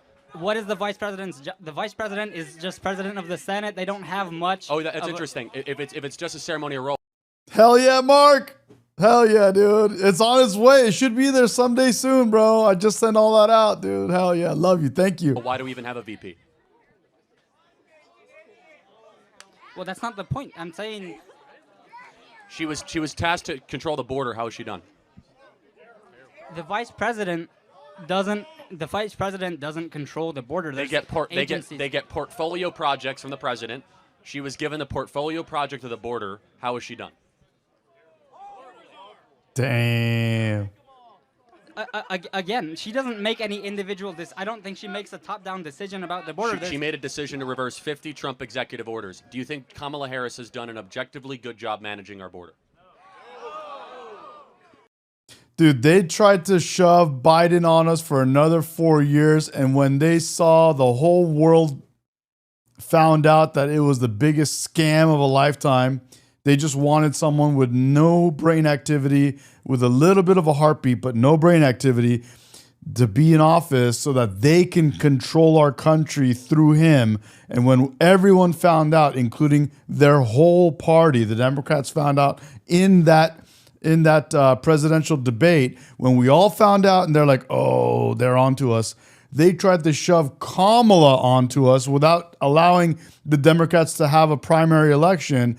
And dude, not one person can explain to you why they had a strong conviction to vote for Kamala.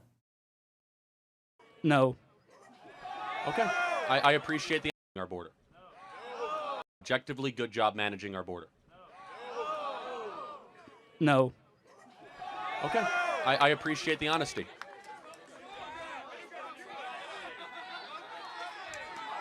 Thank you. Damn, bro. Oh, no. I will be voting for Trump. Good. And can I explain why? Please. So, yes. under the Trump administration, my family, we've been renters. So under the Trump administration, when the economy was good, my family, they'd been saving up for a house. They had a good savings. They were making well. And over the last 4 years, they're Literally, who is it? Is it Boo Boo? Boo Boo Boss says that only voted for Kamala because they have TDS. Literally, bro, they vote for any. You could be a rock. You could be a pickle, and they'll vote for you if you're running against Trump. You could be a literal pickle, literally, and they'll vote for you. You could be a zero. You could be a nobody, and they'll vote for you as long as you're going against Trump. their savings have been wiped out. Inflation has killed them. They're back to renting. They don't know if they'll ever be able to retire. So even though as a Christian, I might not Anybody know who Pickle Rick is? agree Let me know if you know who Pickle Rick is, bro. with how Trump has been in a couple marriages, sleeps with a lot of women, and gets into all this personal drama, just simply based off the economy, I believe I have to vote for Trump. Well said. Thank you so much. Thank you. You want a hat? Tell your friends. Love it. So I tend to lean liberal on a lot of issues, and I'm kind of torn on the election. I want to try to win you over as a liberal for Donald Trump. So you're going to give me a chance. Okay? Oh, there he is. Blake knows who it is, dude. Morty, look at me. I'm Pickle. I'm Pickle Rick. Yeah. Rick and Morty, baby. Pickle Rick, baby. I'm so bummed out that Rick and Morty is not still going, man. I love Rick and Morty. Dude, I've cried a couple times watching that show, believe it or not. I love Rick and Morty. Love Rick and Morty. Boo Boo, hell yeah. W Boo Boo. W Blake. Okay? I will, sir. All right, okay. There are three things I want you to Pickle Rick. think about when voting for Trump. Number one, home ownership. I imagine you want to own a home sometime in your life, right? Yes, sir. All right, in order to own a home, you would have to make $125,000 a year right now just to be able to get the mortgage. When Trump was president, it was $75,000 a year. Because Kamala Harris and Joe Biden have spent $6 to $7 trillion of unnecessary federal spending, which have inflated asset prices. The border. Under Donald Trump, the southern border was the most secure it was in American history, with border. We love Rick, bro. Beautiful Bill. I know he's an eight. Dude, Rick was the best, bro. He is the best. I'm gonna just because of this, I'm gonna go watch a bunch of it, dude. I'm gonna watch a bunch of old stuff from Rick and Morty. Hell yeah. W Min, bro. W Min. Crossings at an all-time low. Under Kamala Harris, 10 million people have come across. We know this one. We just watched this, but we're gonna watch it again. Thanks, man. God bless. Thank you. Do you feel proud of yourself for debating college kids who are unprepared to speak in front of an audience like yourself? Do you think that's a little bit silly? Are you a voter? I am a voter. I'm a So registered I voter. vote and you vote. So I'm talking to voters of this country that will determine the future of Western civilization. That's what I'm doing here today. Yeah? Wait, hold on. How is it any different than a professor talking to you? Then a professor talking to you? Who are you? Well, important enough for you to come up to a microphone. Actually, when I first saw this ad, I thought it was like an improv comedy thing. It looked so ridiculous that I didn't even think it was real. Well, no, you could see. Look how popular Trump is on your campus. How does that make you feel? Yeah, baby. That's not comedy. That is a 5-alarm fire for Kamala Harris, because she's probably going to lose Pennsylvania. But no, I just want to be clear. Is there something wrong with talking to voters? No, there's nothing wrong with talking. Well, that's to what we're voters. doing here today. It's an open I mic. think that you push a dangerous agenda. Such as? The way that you edit content and specifically frame it so that people look bad talking Yeah, to dude. you. Giant heads. The way that you edit your content. We post unedited content. How do you believe that it's okay to kill an animal when it's not okay to kill a child? You defend a child more. Some children die. Some children never make it out of the womb. Well, because human beings are human. A is A, and human beings are worthy of protection, and animals are not humans. What about milk? But animals are raped all the time. Cows are raped to produce milk. Yeah, to produce milk, a cow has to be impregnated. You think that cows are being raped? I gotta be honest. Yes. I've been doing this for 12 years. I've never heard that before. Yes, but they are raped because they're not referred to as being raped. They're said to be forcibly inseminated. How come that's okay, but raping a small child is not? I would not. Yeah. I got a clip here for us. Hold on, here we go. Right here. This is one of my clips on my So like Instagram. 2 years old. Protection. When I became actually conscious and able to Hold on. Your life we'll watch it through and watch it become again. worthy of protection. when I became actually conscious and able to speak. So like able to speak. So like 2 years old. I think I was a bit earlier than that, yeah. No, babies usually don't speak till about year and a half. So if I arrested you at 6 months, that's okay? Yes.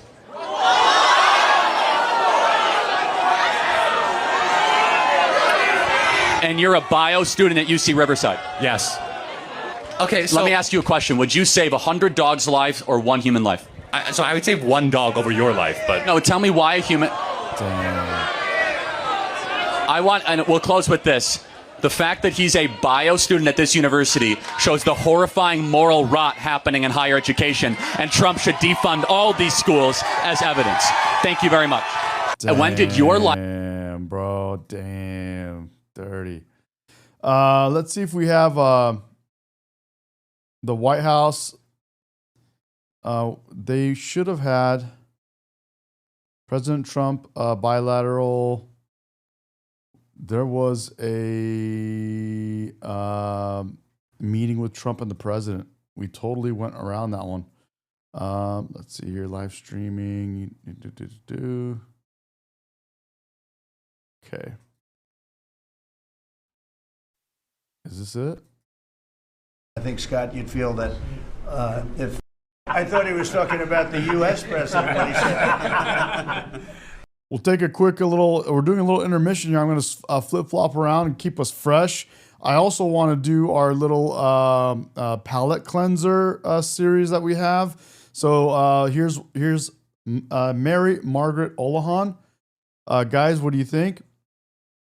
Any thoughts, guys? Any thoughts, guys?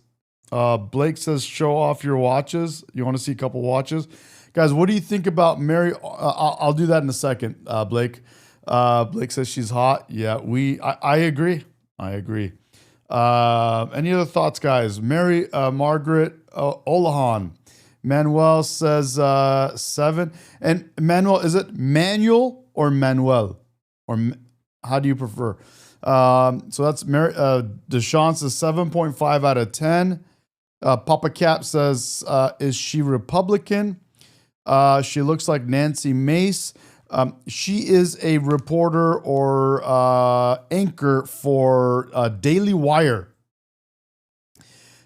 Mark says she's nice to the eyes.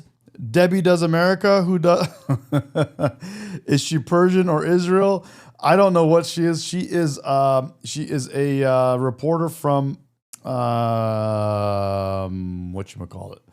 Daily Wire. Let's see. Let's see what she's Mary Margaret Olohan. Let's see.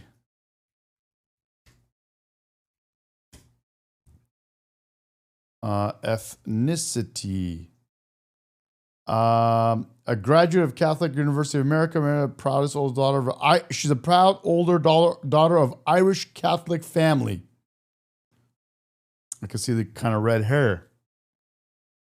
Amanda says, what about her? What's the question you're asking about? Just your thoughts. Anything. What are your thoughts? Amanda, what are your thoughts? And we also have some here for the women as well, because we had by request. Let's see. Amanda, what are your thoughts? Don't know. Okay. Random says pregnate. Okay. Amanda, thoughts? I probably cared too much about that. Manuel, like a manual transmission car, unless you're able to get Spanish pronunciation. Manuel, I just don't like Manuel. because it's the kind of butchering the proper Spanish. Okay, so we'll just go with manual, like a manual transmission, like all my cars. I drive manual cars only, bro. My only car that's automatic is my Jeep Rubicon. I have a big lifted Rubicon, and that thing's automatic. Although my prior Jeep was a manual transmission CJ5. I had a sweet CJ5, but I now have a new Rubicon. Amanda says, I don't know anything about her to speak on her. Okay, so that's Mary Margaret Olahan, guys. So we have that now. And then for the ladies, Amanda and some of the other ladies, tell me, what do you think about Brandon Gill? Brandon Gill or Pete Hegseth? Brandon Gill, Pete Hegseth. Brandon Gill, Pete Hegseth. Brandon Gill, Pete Hegseth. Brandon Gill. We also have Barron Trump, some of the younger ladies. Min says Brandon. Jen says Pete. We got Barron Trump for some of the younger ladies. Mark says, I learned to drive with 3 on the wheel. Here's a fun fact. I got my driver's license when I went to do my driving test, the DMV. I did it with a manual transmission with a stick shift. I don't know many people that did that. When we start doing dudes, random. We started doing dudes because some of the ladies were saying, "Hey, how about the ladies? How about something for us?" I said, "Okay, fine." So we got Pete Hegseth, Brandon Gill, Barron Trump. We have RFK. Amanda says, "I learned on a manual, but did you take your test with a manual?" But W to you that learned on a manual. That's solid. Amanda says Pete for sure. Pete for sure. Okay. All right. Pete Hegseth.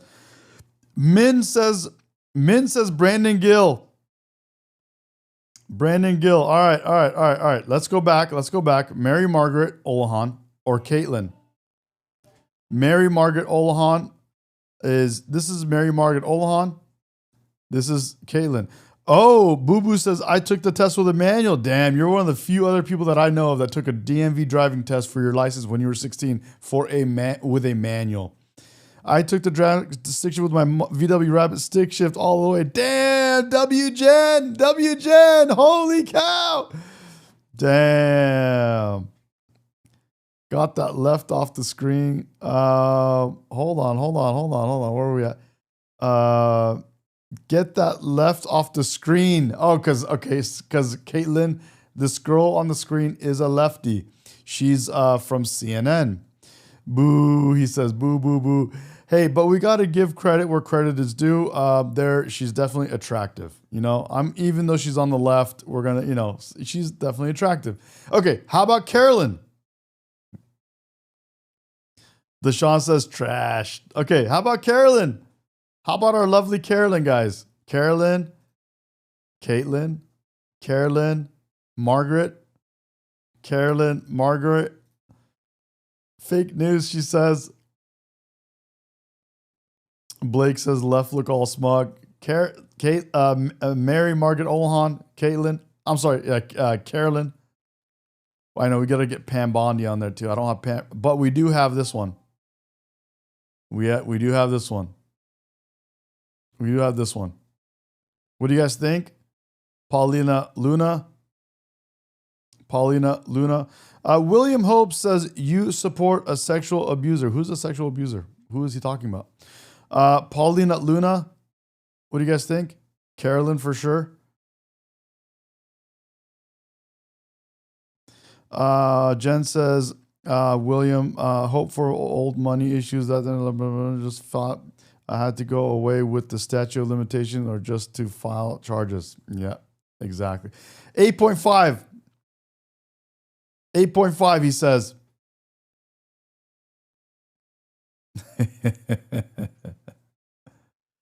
Boo Boo says, Anna is smoking hot, and super smart. Love her. Okay, we got a lot. State Line. I know State Line likes Anna Paulina.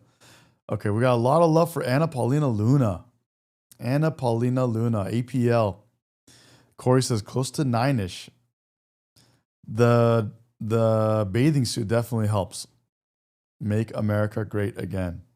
Yeah, solid 8. Okay, just would be nice. Okay, all right. We got our palate cleansing. We got that down. We got a few other things we want to go through. Let's take a look. I got a request to show a couple watches. I'll show a couple watches. But before I do that, I'm going to put on our POTUS. So here we go. Let's look at POTUS. This is today. He says, show just one watch. Okay, we'll do. I'll go right now. And let's go right here. History and policy, and is both presidents. Both. We're fighting bad. I thought he was talking about the U.S. president when he said that. And there's a midterm election coming up. We think he's going to do quite well, and then continue his reform agenda. Mr. President, as you said, President Obama had a big opportunity during his term, which he wasted. Many government. Nancy. What's up, Nancy? Love you, Nancy. Nancy says, Mary Margaret Olohan, her reporting often focuses on issues such as transgender policies, detransition stories, women's spaces, children's welfare, and Me Too allegations. She is the author. I didn't know that. I gotta learn. We gotta learn a little more about what she's talking about, because she's definitely a Republican and she talks about those things, I guess. So we gotta learn more about that. Maybe I'll pull a couple clips. I'm gonna go grab a watch or two, and we're gonna see what's going on here with President Trump. This just happened moments ago. Governments in Latin America went center right, and the U.S. ignored them. We are not going to ignore our allies. It is economic strength. We're using our economic strength to create peace, just as you've done all over the world.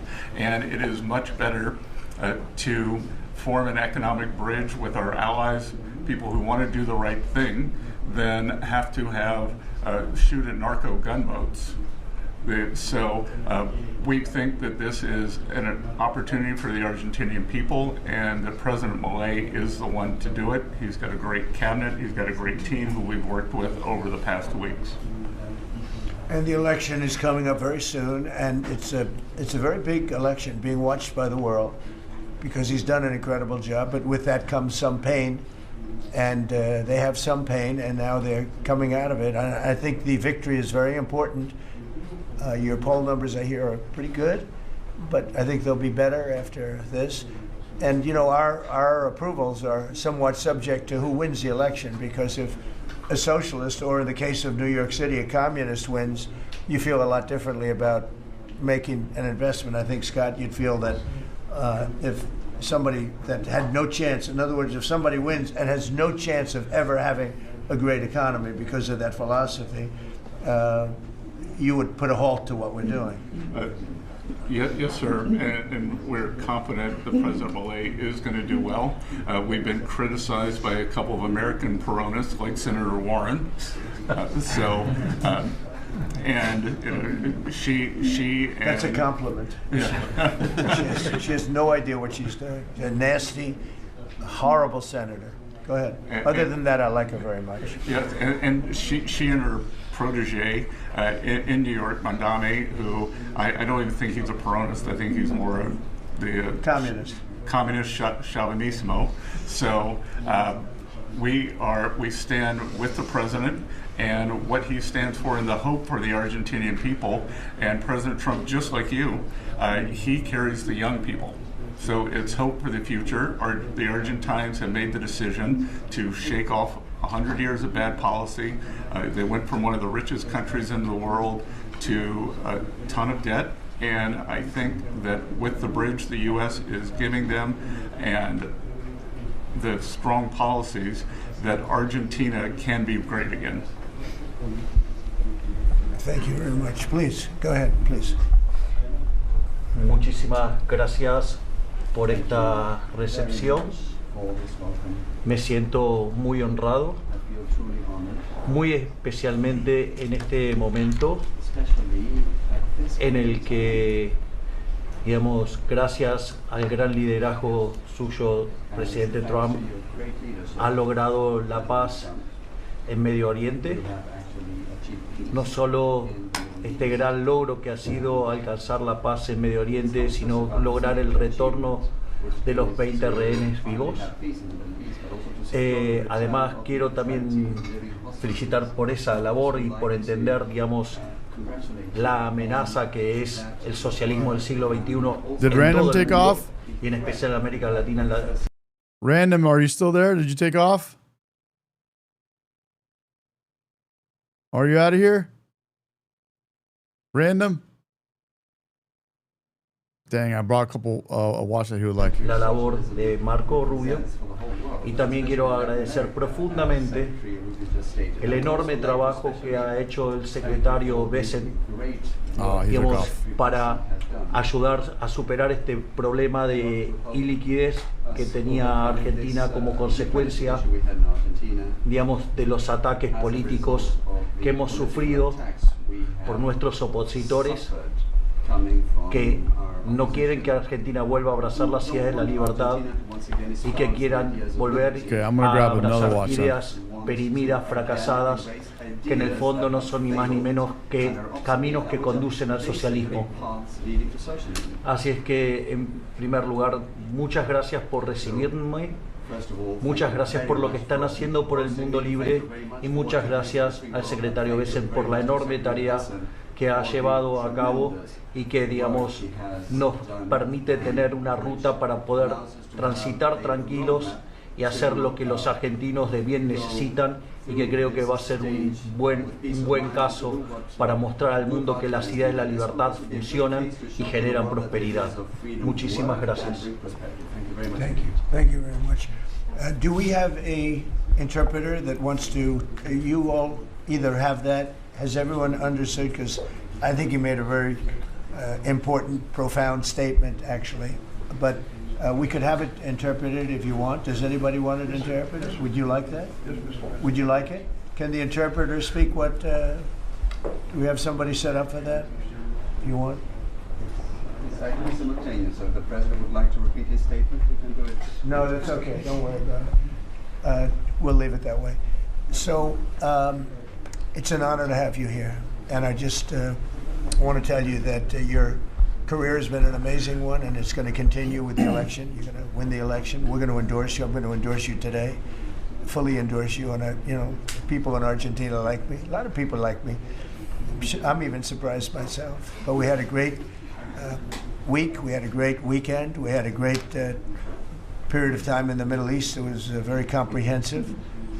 It went very rapidly, and I think it's going to lead to something that's going to be unrecognizable, certainly for the Middle East. What's taken place in the last few days, people can't believe it. I've never seen anything like it. I've never seen the love and the spirit. And I've done a lot of things. I've done a lot of deals. I've done a lot of political deals where countries come into line. I'm going to pause that real quick. Quick little intermission. These are some of the Omega watches that I was telling you about. This is an Omega 321 movement. This watch, I mean, it has a 321 movement, but this watch, for example, let me see if I can pull up a good, see like something like this thing right here. This is a great classic Omega watch. It's going to be a pretty much more expensive, but you could do any vintage Omega, let's just say automatic, Seamaster. A lot of these are vintage Omega watches that I was telling you. If you buy a vintage Omega watch instead of buying these new watches, a new Seiko or something like that, these are what I would rather buy if I was to buy like a $900 watch or $800 watch or a $1,500 watch. I'd buy something like these that hold their value, preferably solid gold, preferably like a 14K, 18K solid gold watch. A lot of these, like something probably like this particular one right here.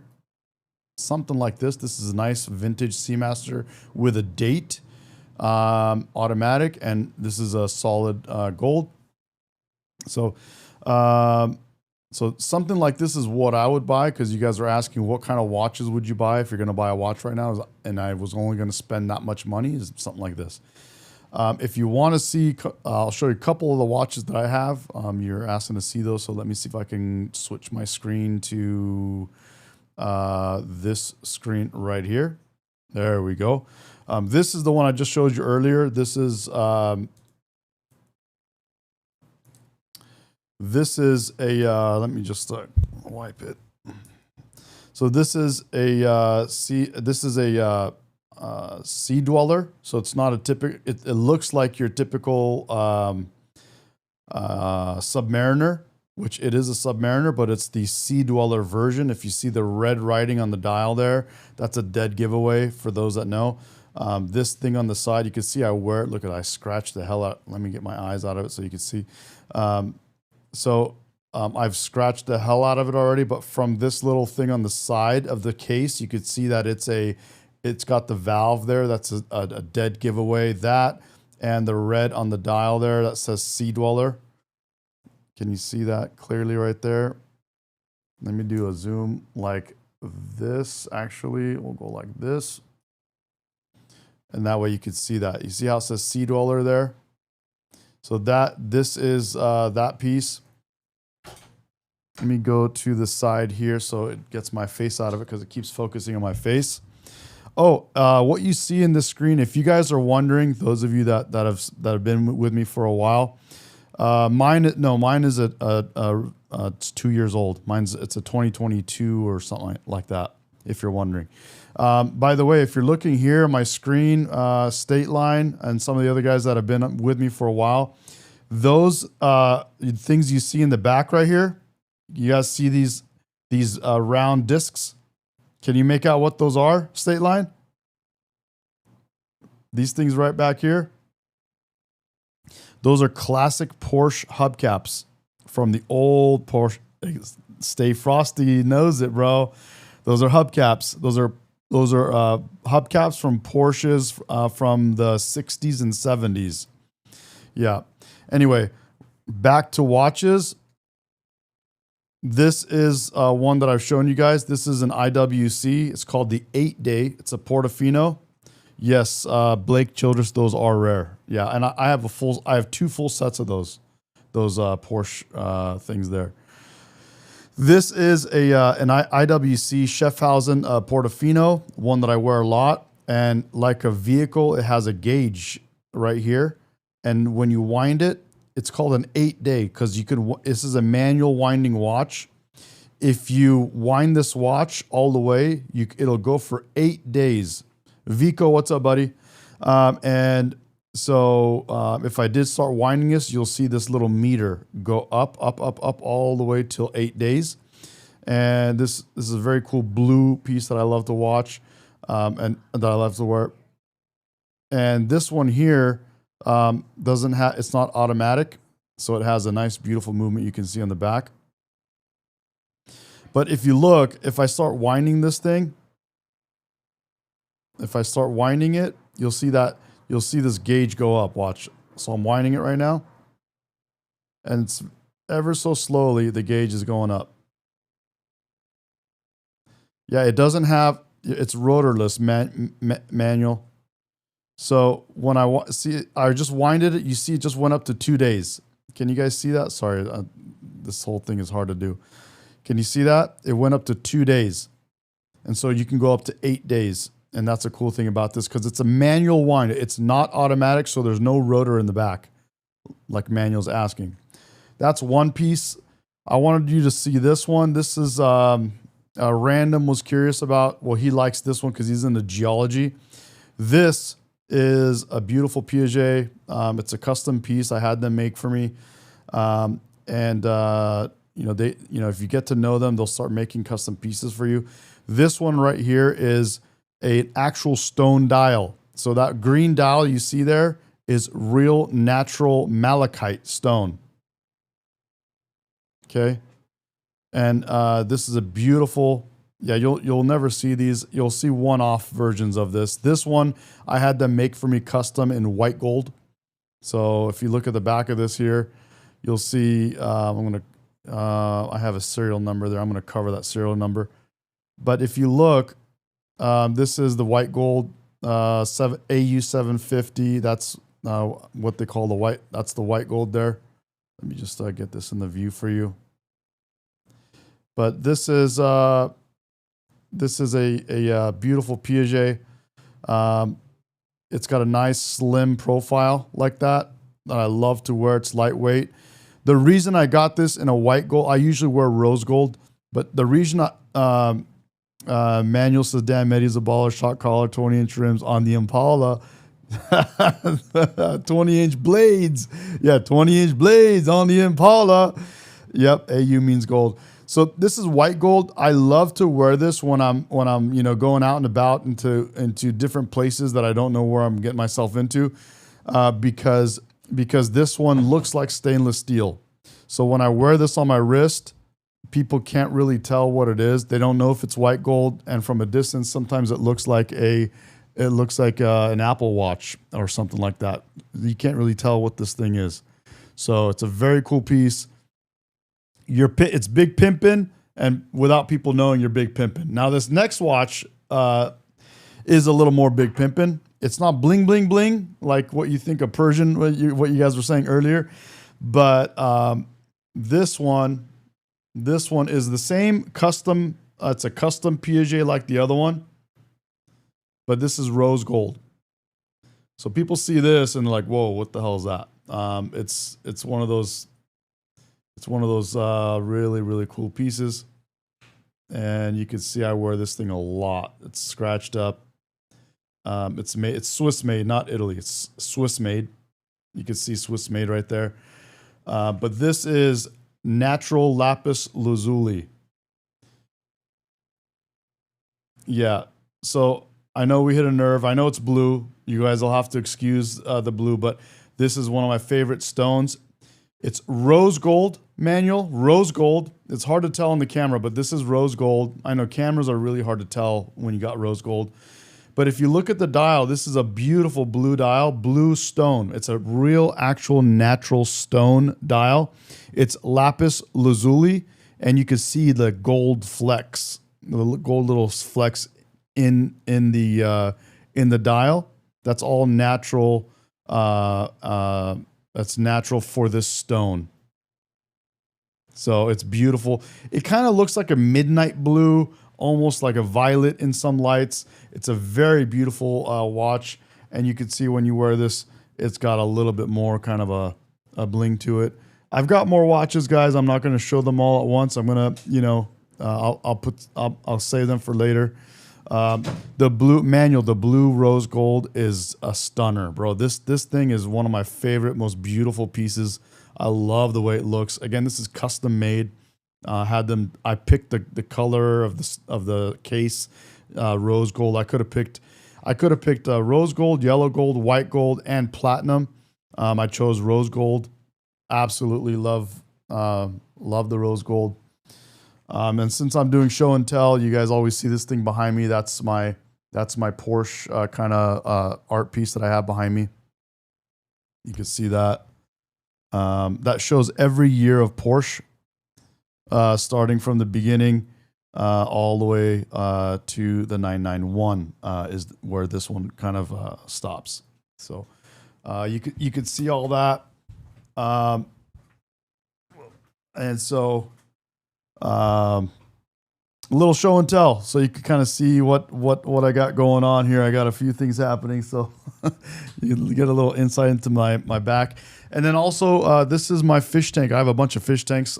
Here's one behind me.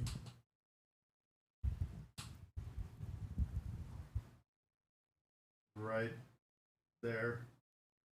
That's my guppy tank. I have my baby guppies in there. Those are all natural plants and everything in that tank. Is really beautiful. Those are my babies. My guppy babies are having more babies themselves. They're inbreeding, guys. They're inbreeding. So anyway, there you have that. And yep, that's part of my setup. That's part of the setup, guys. Part of the setup right there. No frogs, no frogs. But some of the guys here are. So there's a gentleman by his name is Aquariums. Some of these omegas you can get for around $1,000. You know, you gotta just check them out. No salt water tanks. They're all fresh water. Just easier to keep it all the same. So they're all salt water. But anyway, guys, that was a little show and tell. Hopefully that was kind of entertaining. I know our viewer count went down, but we'll kick it back up here with some Charlie Kirk. And yeah, that's a artwork. Blake says nice shrooms. That's an artwork that I got when I went to Miami during Art Basel. I went and bought that piece of artwork right there. It's still kind of getting my face in it, but you could see that artwork right there. That's an artist that took basically trash from the beach and created artwork from it. And she made beautiful artworks like that. So very cool. Anyway, hopefully you guys enjoyed that. It's a little insight into my world, and we'll do some more of that kind of stuff. I'll show you some of my cars later on. Yeah. I know you haven't seen my beta fish. You want to see my beta? I made kind of a mess here with all this stuff while I was doing the stream today. I got my protein shake over here, but I have a beta here too, guys. This is my beta. His name is Sherby. You guys want to see him? So this right here is Sherby. Let's see if we can get him to come out. The tank is not as clean as I'd like it to be right now. But this right here is Sherby. The one and only. And see if we can fix the lighting because it's way too bright. There we go. Sherby, come here, bro. Come on. Come on, bro. He's got a personality. Sherby, come on, bro. Sherby, what's up, dude? Come here, dude. What are you doing? What are you doing? Huh? You hungry or what? Dude, he's a hungry hippo, bro. I should have named him Hippo. Bro, he's a hungry little hippo. Look at this guy. And then in here we got Pinky. So this is Pinky in here. This is a little eco tank. So this is an eco tank that I can literally lift up and walk it over and bring it over. I can go watch TV and take this with me. I don't have any dogs. I have things that let me go on vacation for short periods of time. So these are my fishes. These are my tanks. This is all natural plants in here. It's overgrown, getting overgrown, but it's all good. Where's Pinky? Here's Pinky. You see Pinky? There he is.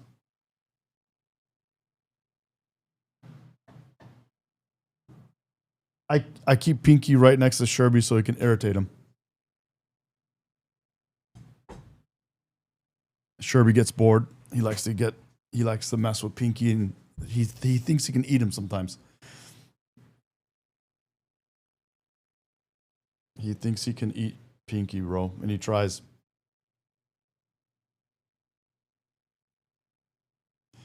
Okay, guys, so those are my pets that I have here. These are my little buddies that I hang out with because I work here a lot. I have 3 businesses, and I do this with you guys a lot. And so I spend a lot of time here. And yeah, Pinky in the brain, exactly, bro. Yep, yeah. I spend a lot of time here, so I got a couple of these guys around to hang out with me, entertain me once in a while, have a little break, intermission, and so I can work my butt off. I love it. I love doing what I do. So, anyways, we'll get back to the videos right now. I have no dogs. Betas in fish are fighters. Yep. Let's see here.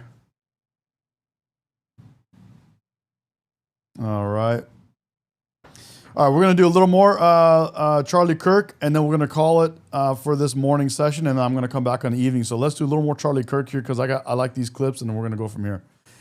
Thanks, guys. Little show and tell. Welcome to Bull. Black black men are more likely to be in prison Oh yeah, so why do people go to prison? because they're in poverty and they have no other way to get. Okay, so they commit crimes. Why do they So wait, if you're commit so crimes? in poverty, we should give excuses for committing crimes? Yes. So like gangbanging is like a crime of necessity? They're so I'm- hungry they can't handle it. I'm talking about like crime that has to do with like getting food. We already getting saw this one. Let's go to the next one. What's your accomplishment that made people's lives? Black president. It's the accomplishment of subsidized housing in this country, right? If you want to have a roof over your head, you can have a roof over your head. What's your greatest accomplishment as vice president? Being the first female all-black president. We've That's- never had that No, before. like I got that, but like what's your accomplishment that made people's lives better? I don't know. Vice presidents don't really do much, to be honest. Can you name one thing she's done that's good? No, probably not. That is an As amazing of the timing of president this filming, for- can you name me how many times she sat down for an interview? I Which think don't that know is when a this will be posted. very weird point to make. Well, why would why I is it- count how many times Kamala Harris has Is it had an zero? interview? Because she refuses to take questions from the press and media? Like, shouldn't you do that if you're the sitting vice president? Trump had a recession, right, during his presidency. I mean, Stock- he let it happen. Mark Smith says she's not black. Well, the girl says she's 100% black, and she's not 100% black. And we don't know. Is she black? Right? He We'll see. handled COVID bad enough that there was a recession as a result So of it. which criticism of Trump are you saying? That he didn't lock down the country enough or that he locked down the country too much? I don't think he did nearly enough during Got the it. beginning of COVID. He could have done a significantly better job How? at warning people for what was going to happen. Wait, If you look at what Trump said in March and February. Be specific. Be specific? Okay, so Trump in Be more specific. Sir, do you believe that Vice President Kamala Harris is only on the ticket because she... This is a good one, guys. I love this. Watch this. Then she became black. Sir, do you Watch. believe that Vice President Kamala Harris is only on the ticket because she is a black woman? Well, I can say, no, I think it's maybe a little bit different. So I've known her a long time indirectly, not directly very much. And she was always of Indian heritage, and she was only promoting Indian heritage. I didn't know she was black until a number of years ago when she happened to turn black, and now she wants to be known as black. So I don't know, is she Indian or is she black? She has always But you know identified what? as a black woman. I She went respect to a historically either black one. college. I respect either one, but she obviously... Oh, bro, let me do this Vice again. President Kamala Harris is only on... Sir, do you believe that Vice President Kamala Harris is only on the ticket because she is a black woman? Well, I can say, no, I think it's maybe a little bit different. So I've known her a long time indirectly, not directly very much. And she was always of Indian heritage, and she was only promoting Indian heritage. I didn't know she was black until a number of years ago when she happened to turn black, and now she wants to be known as black. So I don't know, is she Indian or is she black? She has always But you know identified what? as a black woman. I She went to a respect either historically black one. college. I respect either one, but she obviously doesn't, because she was Indian all the way, and then all of a sudden she made a turn and she became a black person. Just to be clear, sir. A black person. I gotta make that a soundbite, dude. That is a good one, bro. Wow. Oh my God. And it's true. She was Indian the whole time. And then all of a sudden she became black. Now I'm black. It's like, whoa, okay. I'm out. Slavery begins in the early 1800s. Earlier. No, Slavery? 1816 is the beginning of slavery. 1619. Oh, yeah, I guess it would be. Okay. Why are you voting for Trump? Because abortion is murder. Well, that's exactly right. Yeah, I love that. But you know, Kamala could be the first female president. Voting. It's my first year voting too. I just turned 18. I love that. Yes. But what do you have to say for all of the other women that are just voting for Kamala because she's a woman? I mean, that's not the most important thing. It's not- the policies that matter. So you voting for Trump? Of course I am. Kamala could be the first woman president. I do not care. She doesn't care. Her policies are just not. I don't like them at all. You voting for Trump? Oh yeah. Why are you voting for Trump?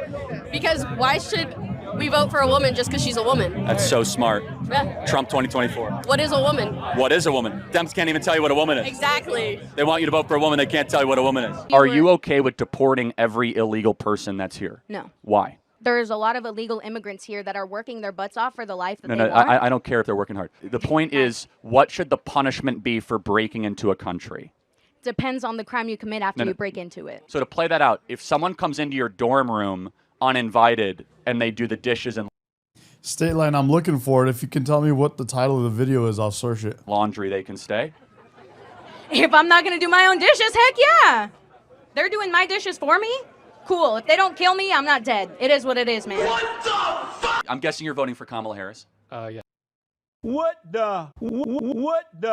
That's amazing. That's my queen. Yeah. Okay. What's her greatest accomplishment? Well, as vice president, I'm not sure. I guess I have nothing. I'm stumped. What is the best thing she's ever done? I think some of the stuff she did as district attorney in San Francisco is pretty impressive. Such as? So like Releasing violent offenders that ended up killing people and raping women. No, I don't support that. Oh yeah, okay. No, but I mean, what has she done as vice president that makes you be like, she's my queen? Right now, because she's not Trump. Oh, not Trump. No, Okay. but please tell me, why should people vote for Kamala? Give me a reason. Oh, I don't have a reason. I'm sorry. If the only way to ban abortion forever would be to bring back slavery, would you do it? No. No? No. I wouldn't bring back slavery to try to limit murder. No. Okay. But what kind of outrageous question is that, by the way? I'm just curious. Just No, yes but or no. If the only way to limit human suffering is to ban abortion, would you ban abortion? Say that again. Ask that again. If the only way to limit human suffering is to ban abortion, would you ban abortion? No. It was an honest answer. Okay. It was an honest answer. Yeah. Okay, I could tell you've thought deeply about this topic. Yes, Okay, thank I you. have. Great. Yep, next question. So you're voting for Kamala Harris? Absolutely. What is Kamala Harris's? What is her greatest accomplishment?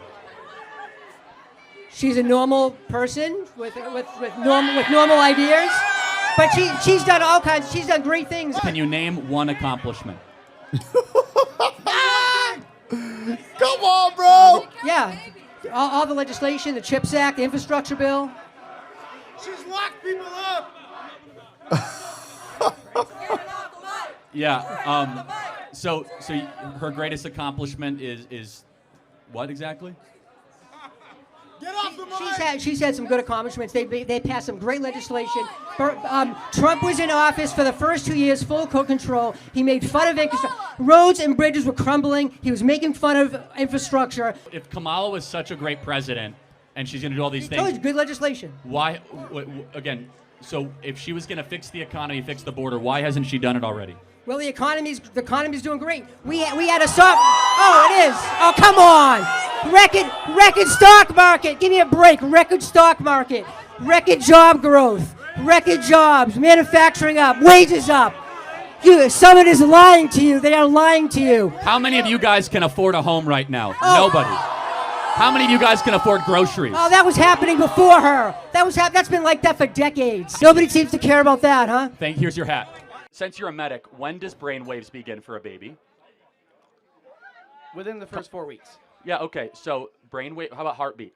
6 weeks. Right. So how is that not a life if it has a heartbeat and brainwaves? When you have this child inside you, right? The baby is supposed to Oh, be... it's called a baby now.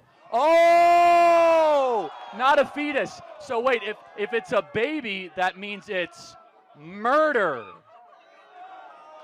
So if you care about children... Oh, now it's a baby. We got him, everybody. You see, this is the key of the abortion argument. It's a fetus. It's a clump of cells. But every so often, they'll use the word baby. And you and I both know babies deserve constitutional protection Then where against is the help murder. for them once they're born? The help? I'll tell you the help. We give them Medicaid. We give them charitable assistance. By the way, we know we have 2 million people on the adoption waiting list. 2 times as many people on the adoption waiting list than abortions every single How year. many people do you know actually adopted a child? A lot, actually. How many of you guys were adopted? A lot of people. Look at all these miracles of adoption around you. Praise God that your mom didn't have an abortion. Praise God your mom didn't have an abortion. Praise God your mom didn't have an abortion. These are all miracles that I'm glad that your mom had the courage to put you up for adoption and have somebody else raise you so that you could be here today and enjoy life. We are the crusaders of life. The Democrats are the cult of death. Why?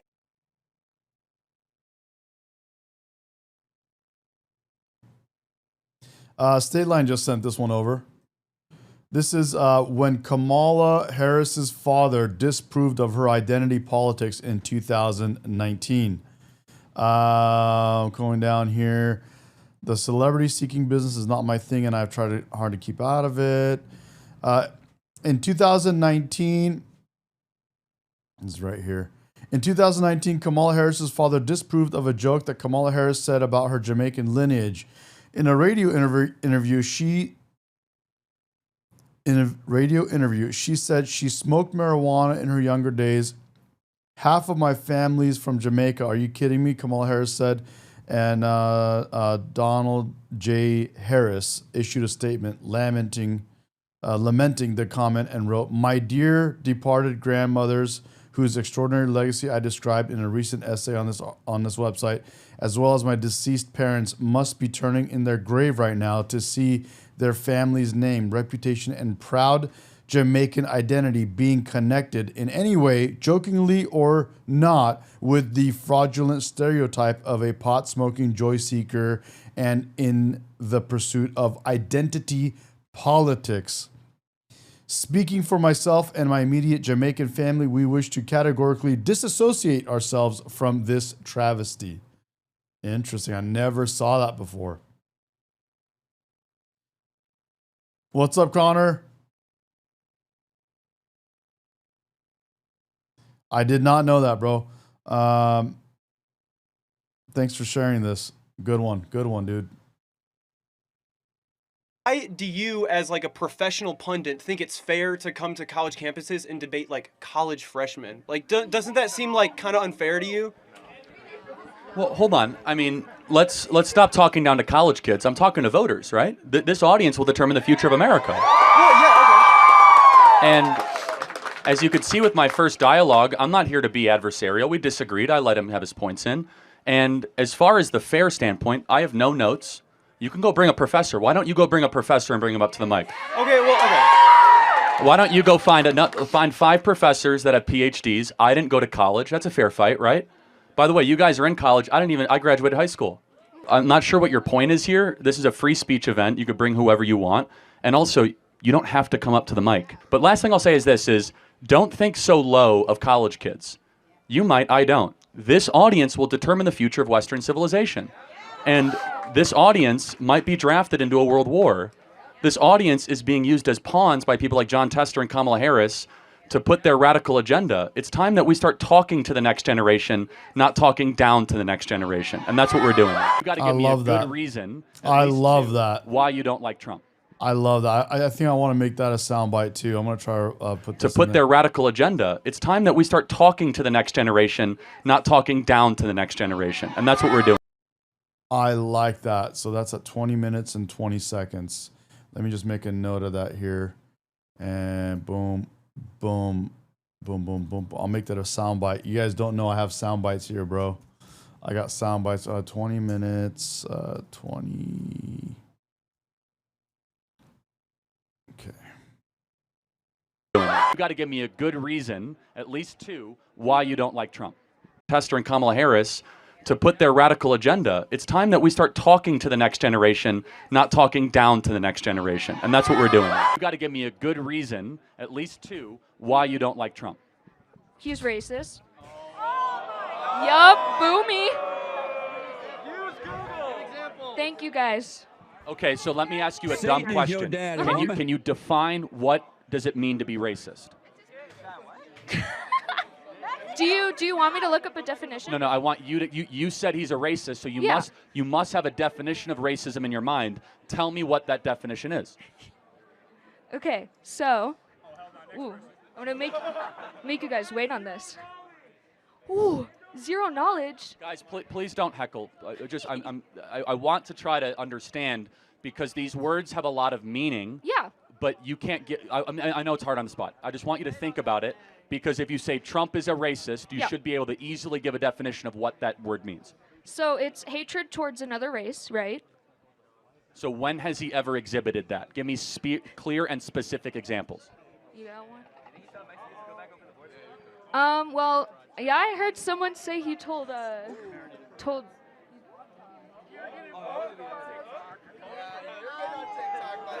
She's reaching, dude. Okay, but let me just help you out here. Uh-huh. What you think he's a racist because the media has told you he's a racist. Because you can't give me an example off the top of your head, and even when you phone a friend to the audience. I'm not criticizing you. Maybe the media is lying to you. Maybe the man who's being called a racist is actually someone that's trying to improve lives of all Americans.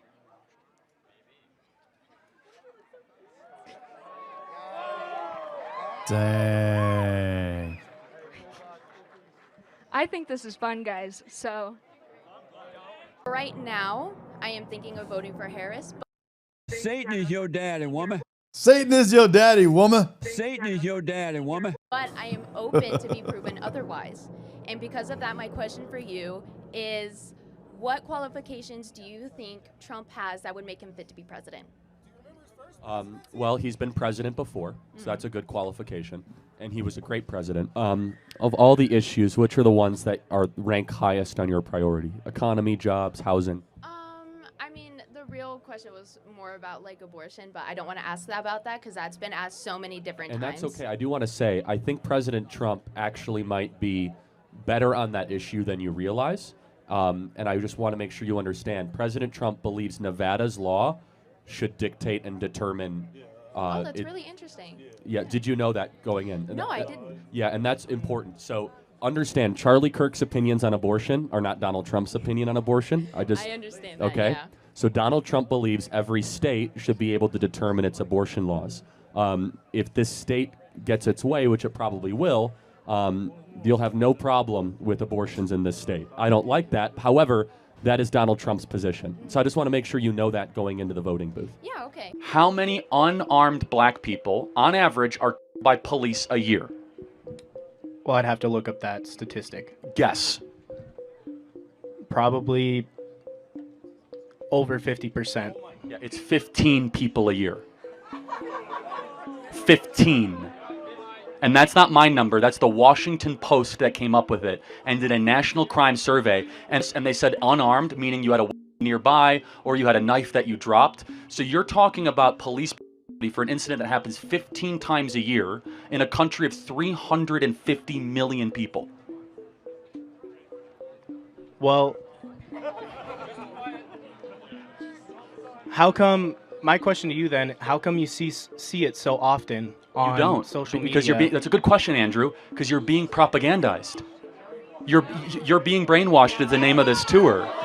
And I'm here to tell you that you see it, so you actually don't see it as often as you think. This is emotional targeted videoing to have you think that something exists when it doesn't. We look at the data like, oh, it's 15 times a year. 15 times a year, and it's even lower than that. But do you know what does happen a lot every single year? Is that there's over 100,000 doses every single year. We don't talk about that. We should. You know, we should. I totally agree, right? But yet we have this whole thing about police brutality, and no one can ever give me examples of where there's too many police, and that's okay. I'm not just picking on you. Just in general, it's easy to get caught up in the abstractions.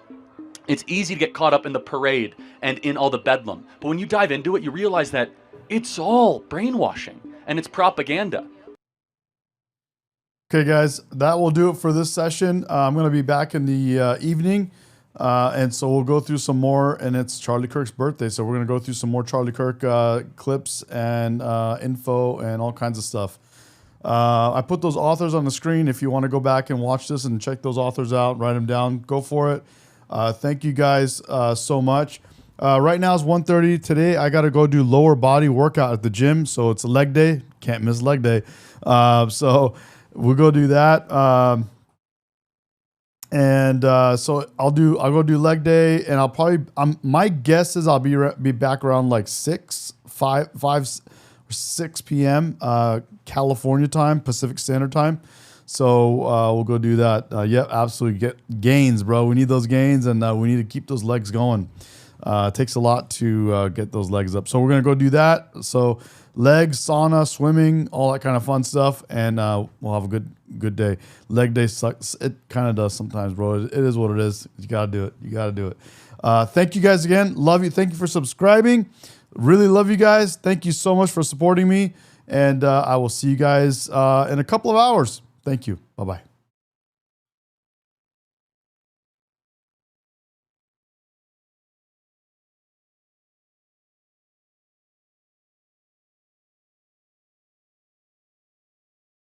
Wait, there's more. Yes, State Line, I'll hit you up. Jen, thank you so much. Thank you so much, Jen, for helping out. State Line, same. And I'll hit you up before we go, and we'll chat about what you were talking about, because I'm very interested. So anyway, guys, thank you, Manuel, Dan, everybody in the chat, bro, Boo Boo, Min, Sean, everybody, dude. Thank you guys. Tamara, Corey, Connor. Dude, love you guys. Thank you so much. And I'll see you guys hopefully in a few hours. Thanks again. Bye-bye. One last thing. We have the membership going now. So if you guys do want to jump on and chat on Discord while we're not online, we have that set up now. So I have Discord set up, and I have the membership. So the microdose, the medication microdose membership is, I think, $3.99. And we just have that set up for everybody, and we can do Discord together. So thank you guys again. Love you guys. Thank you. Bye-bye.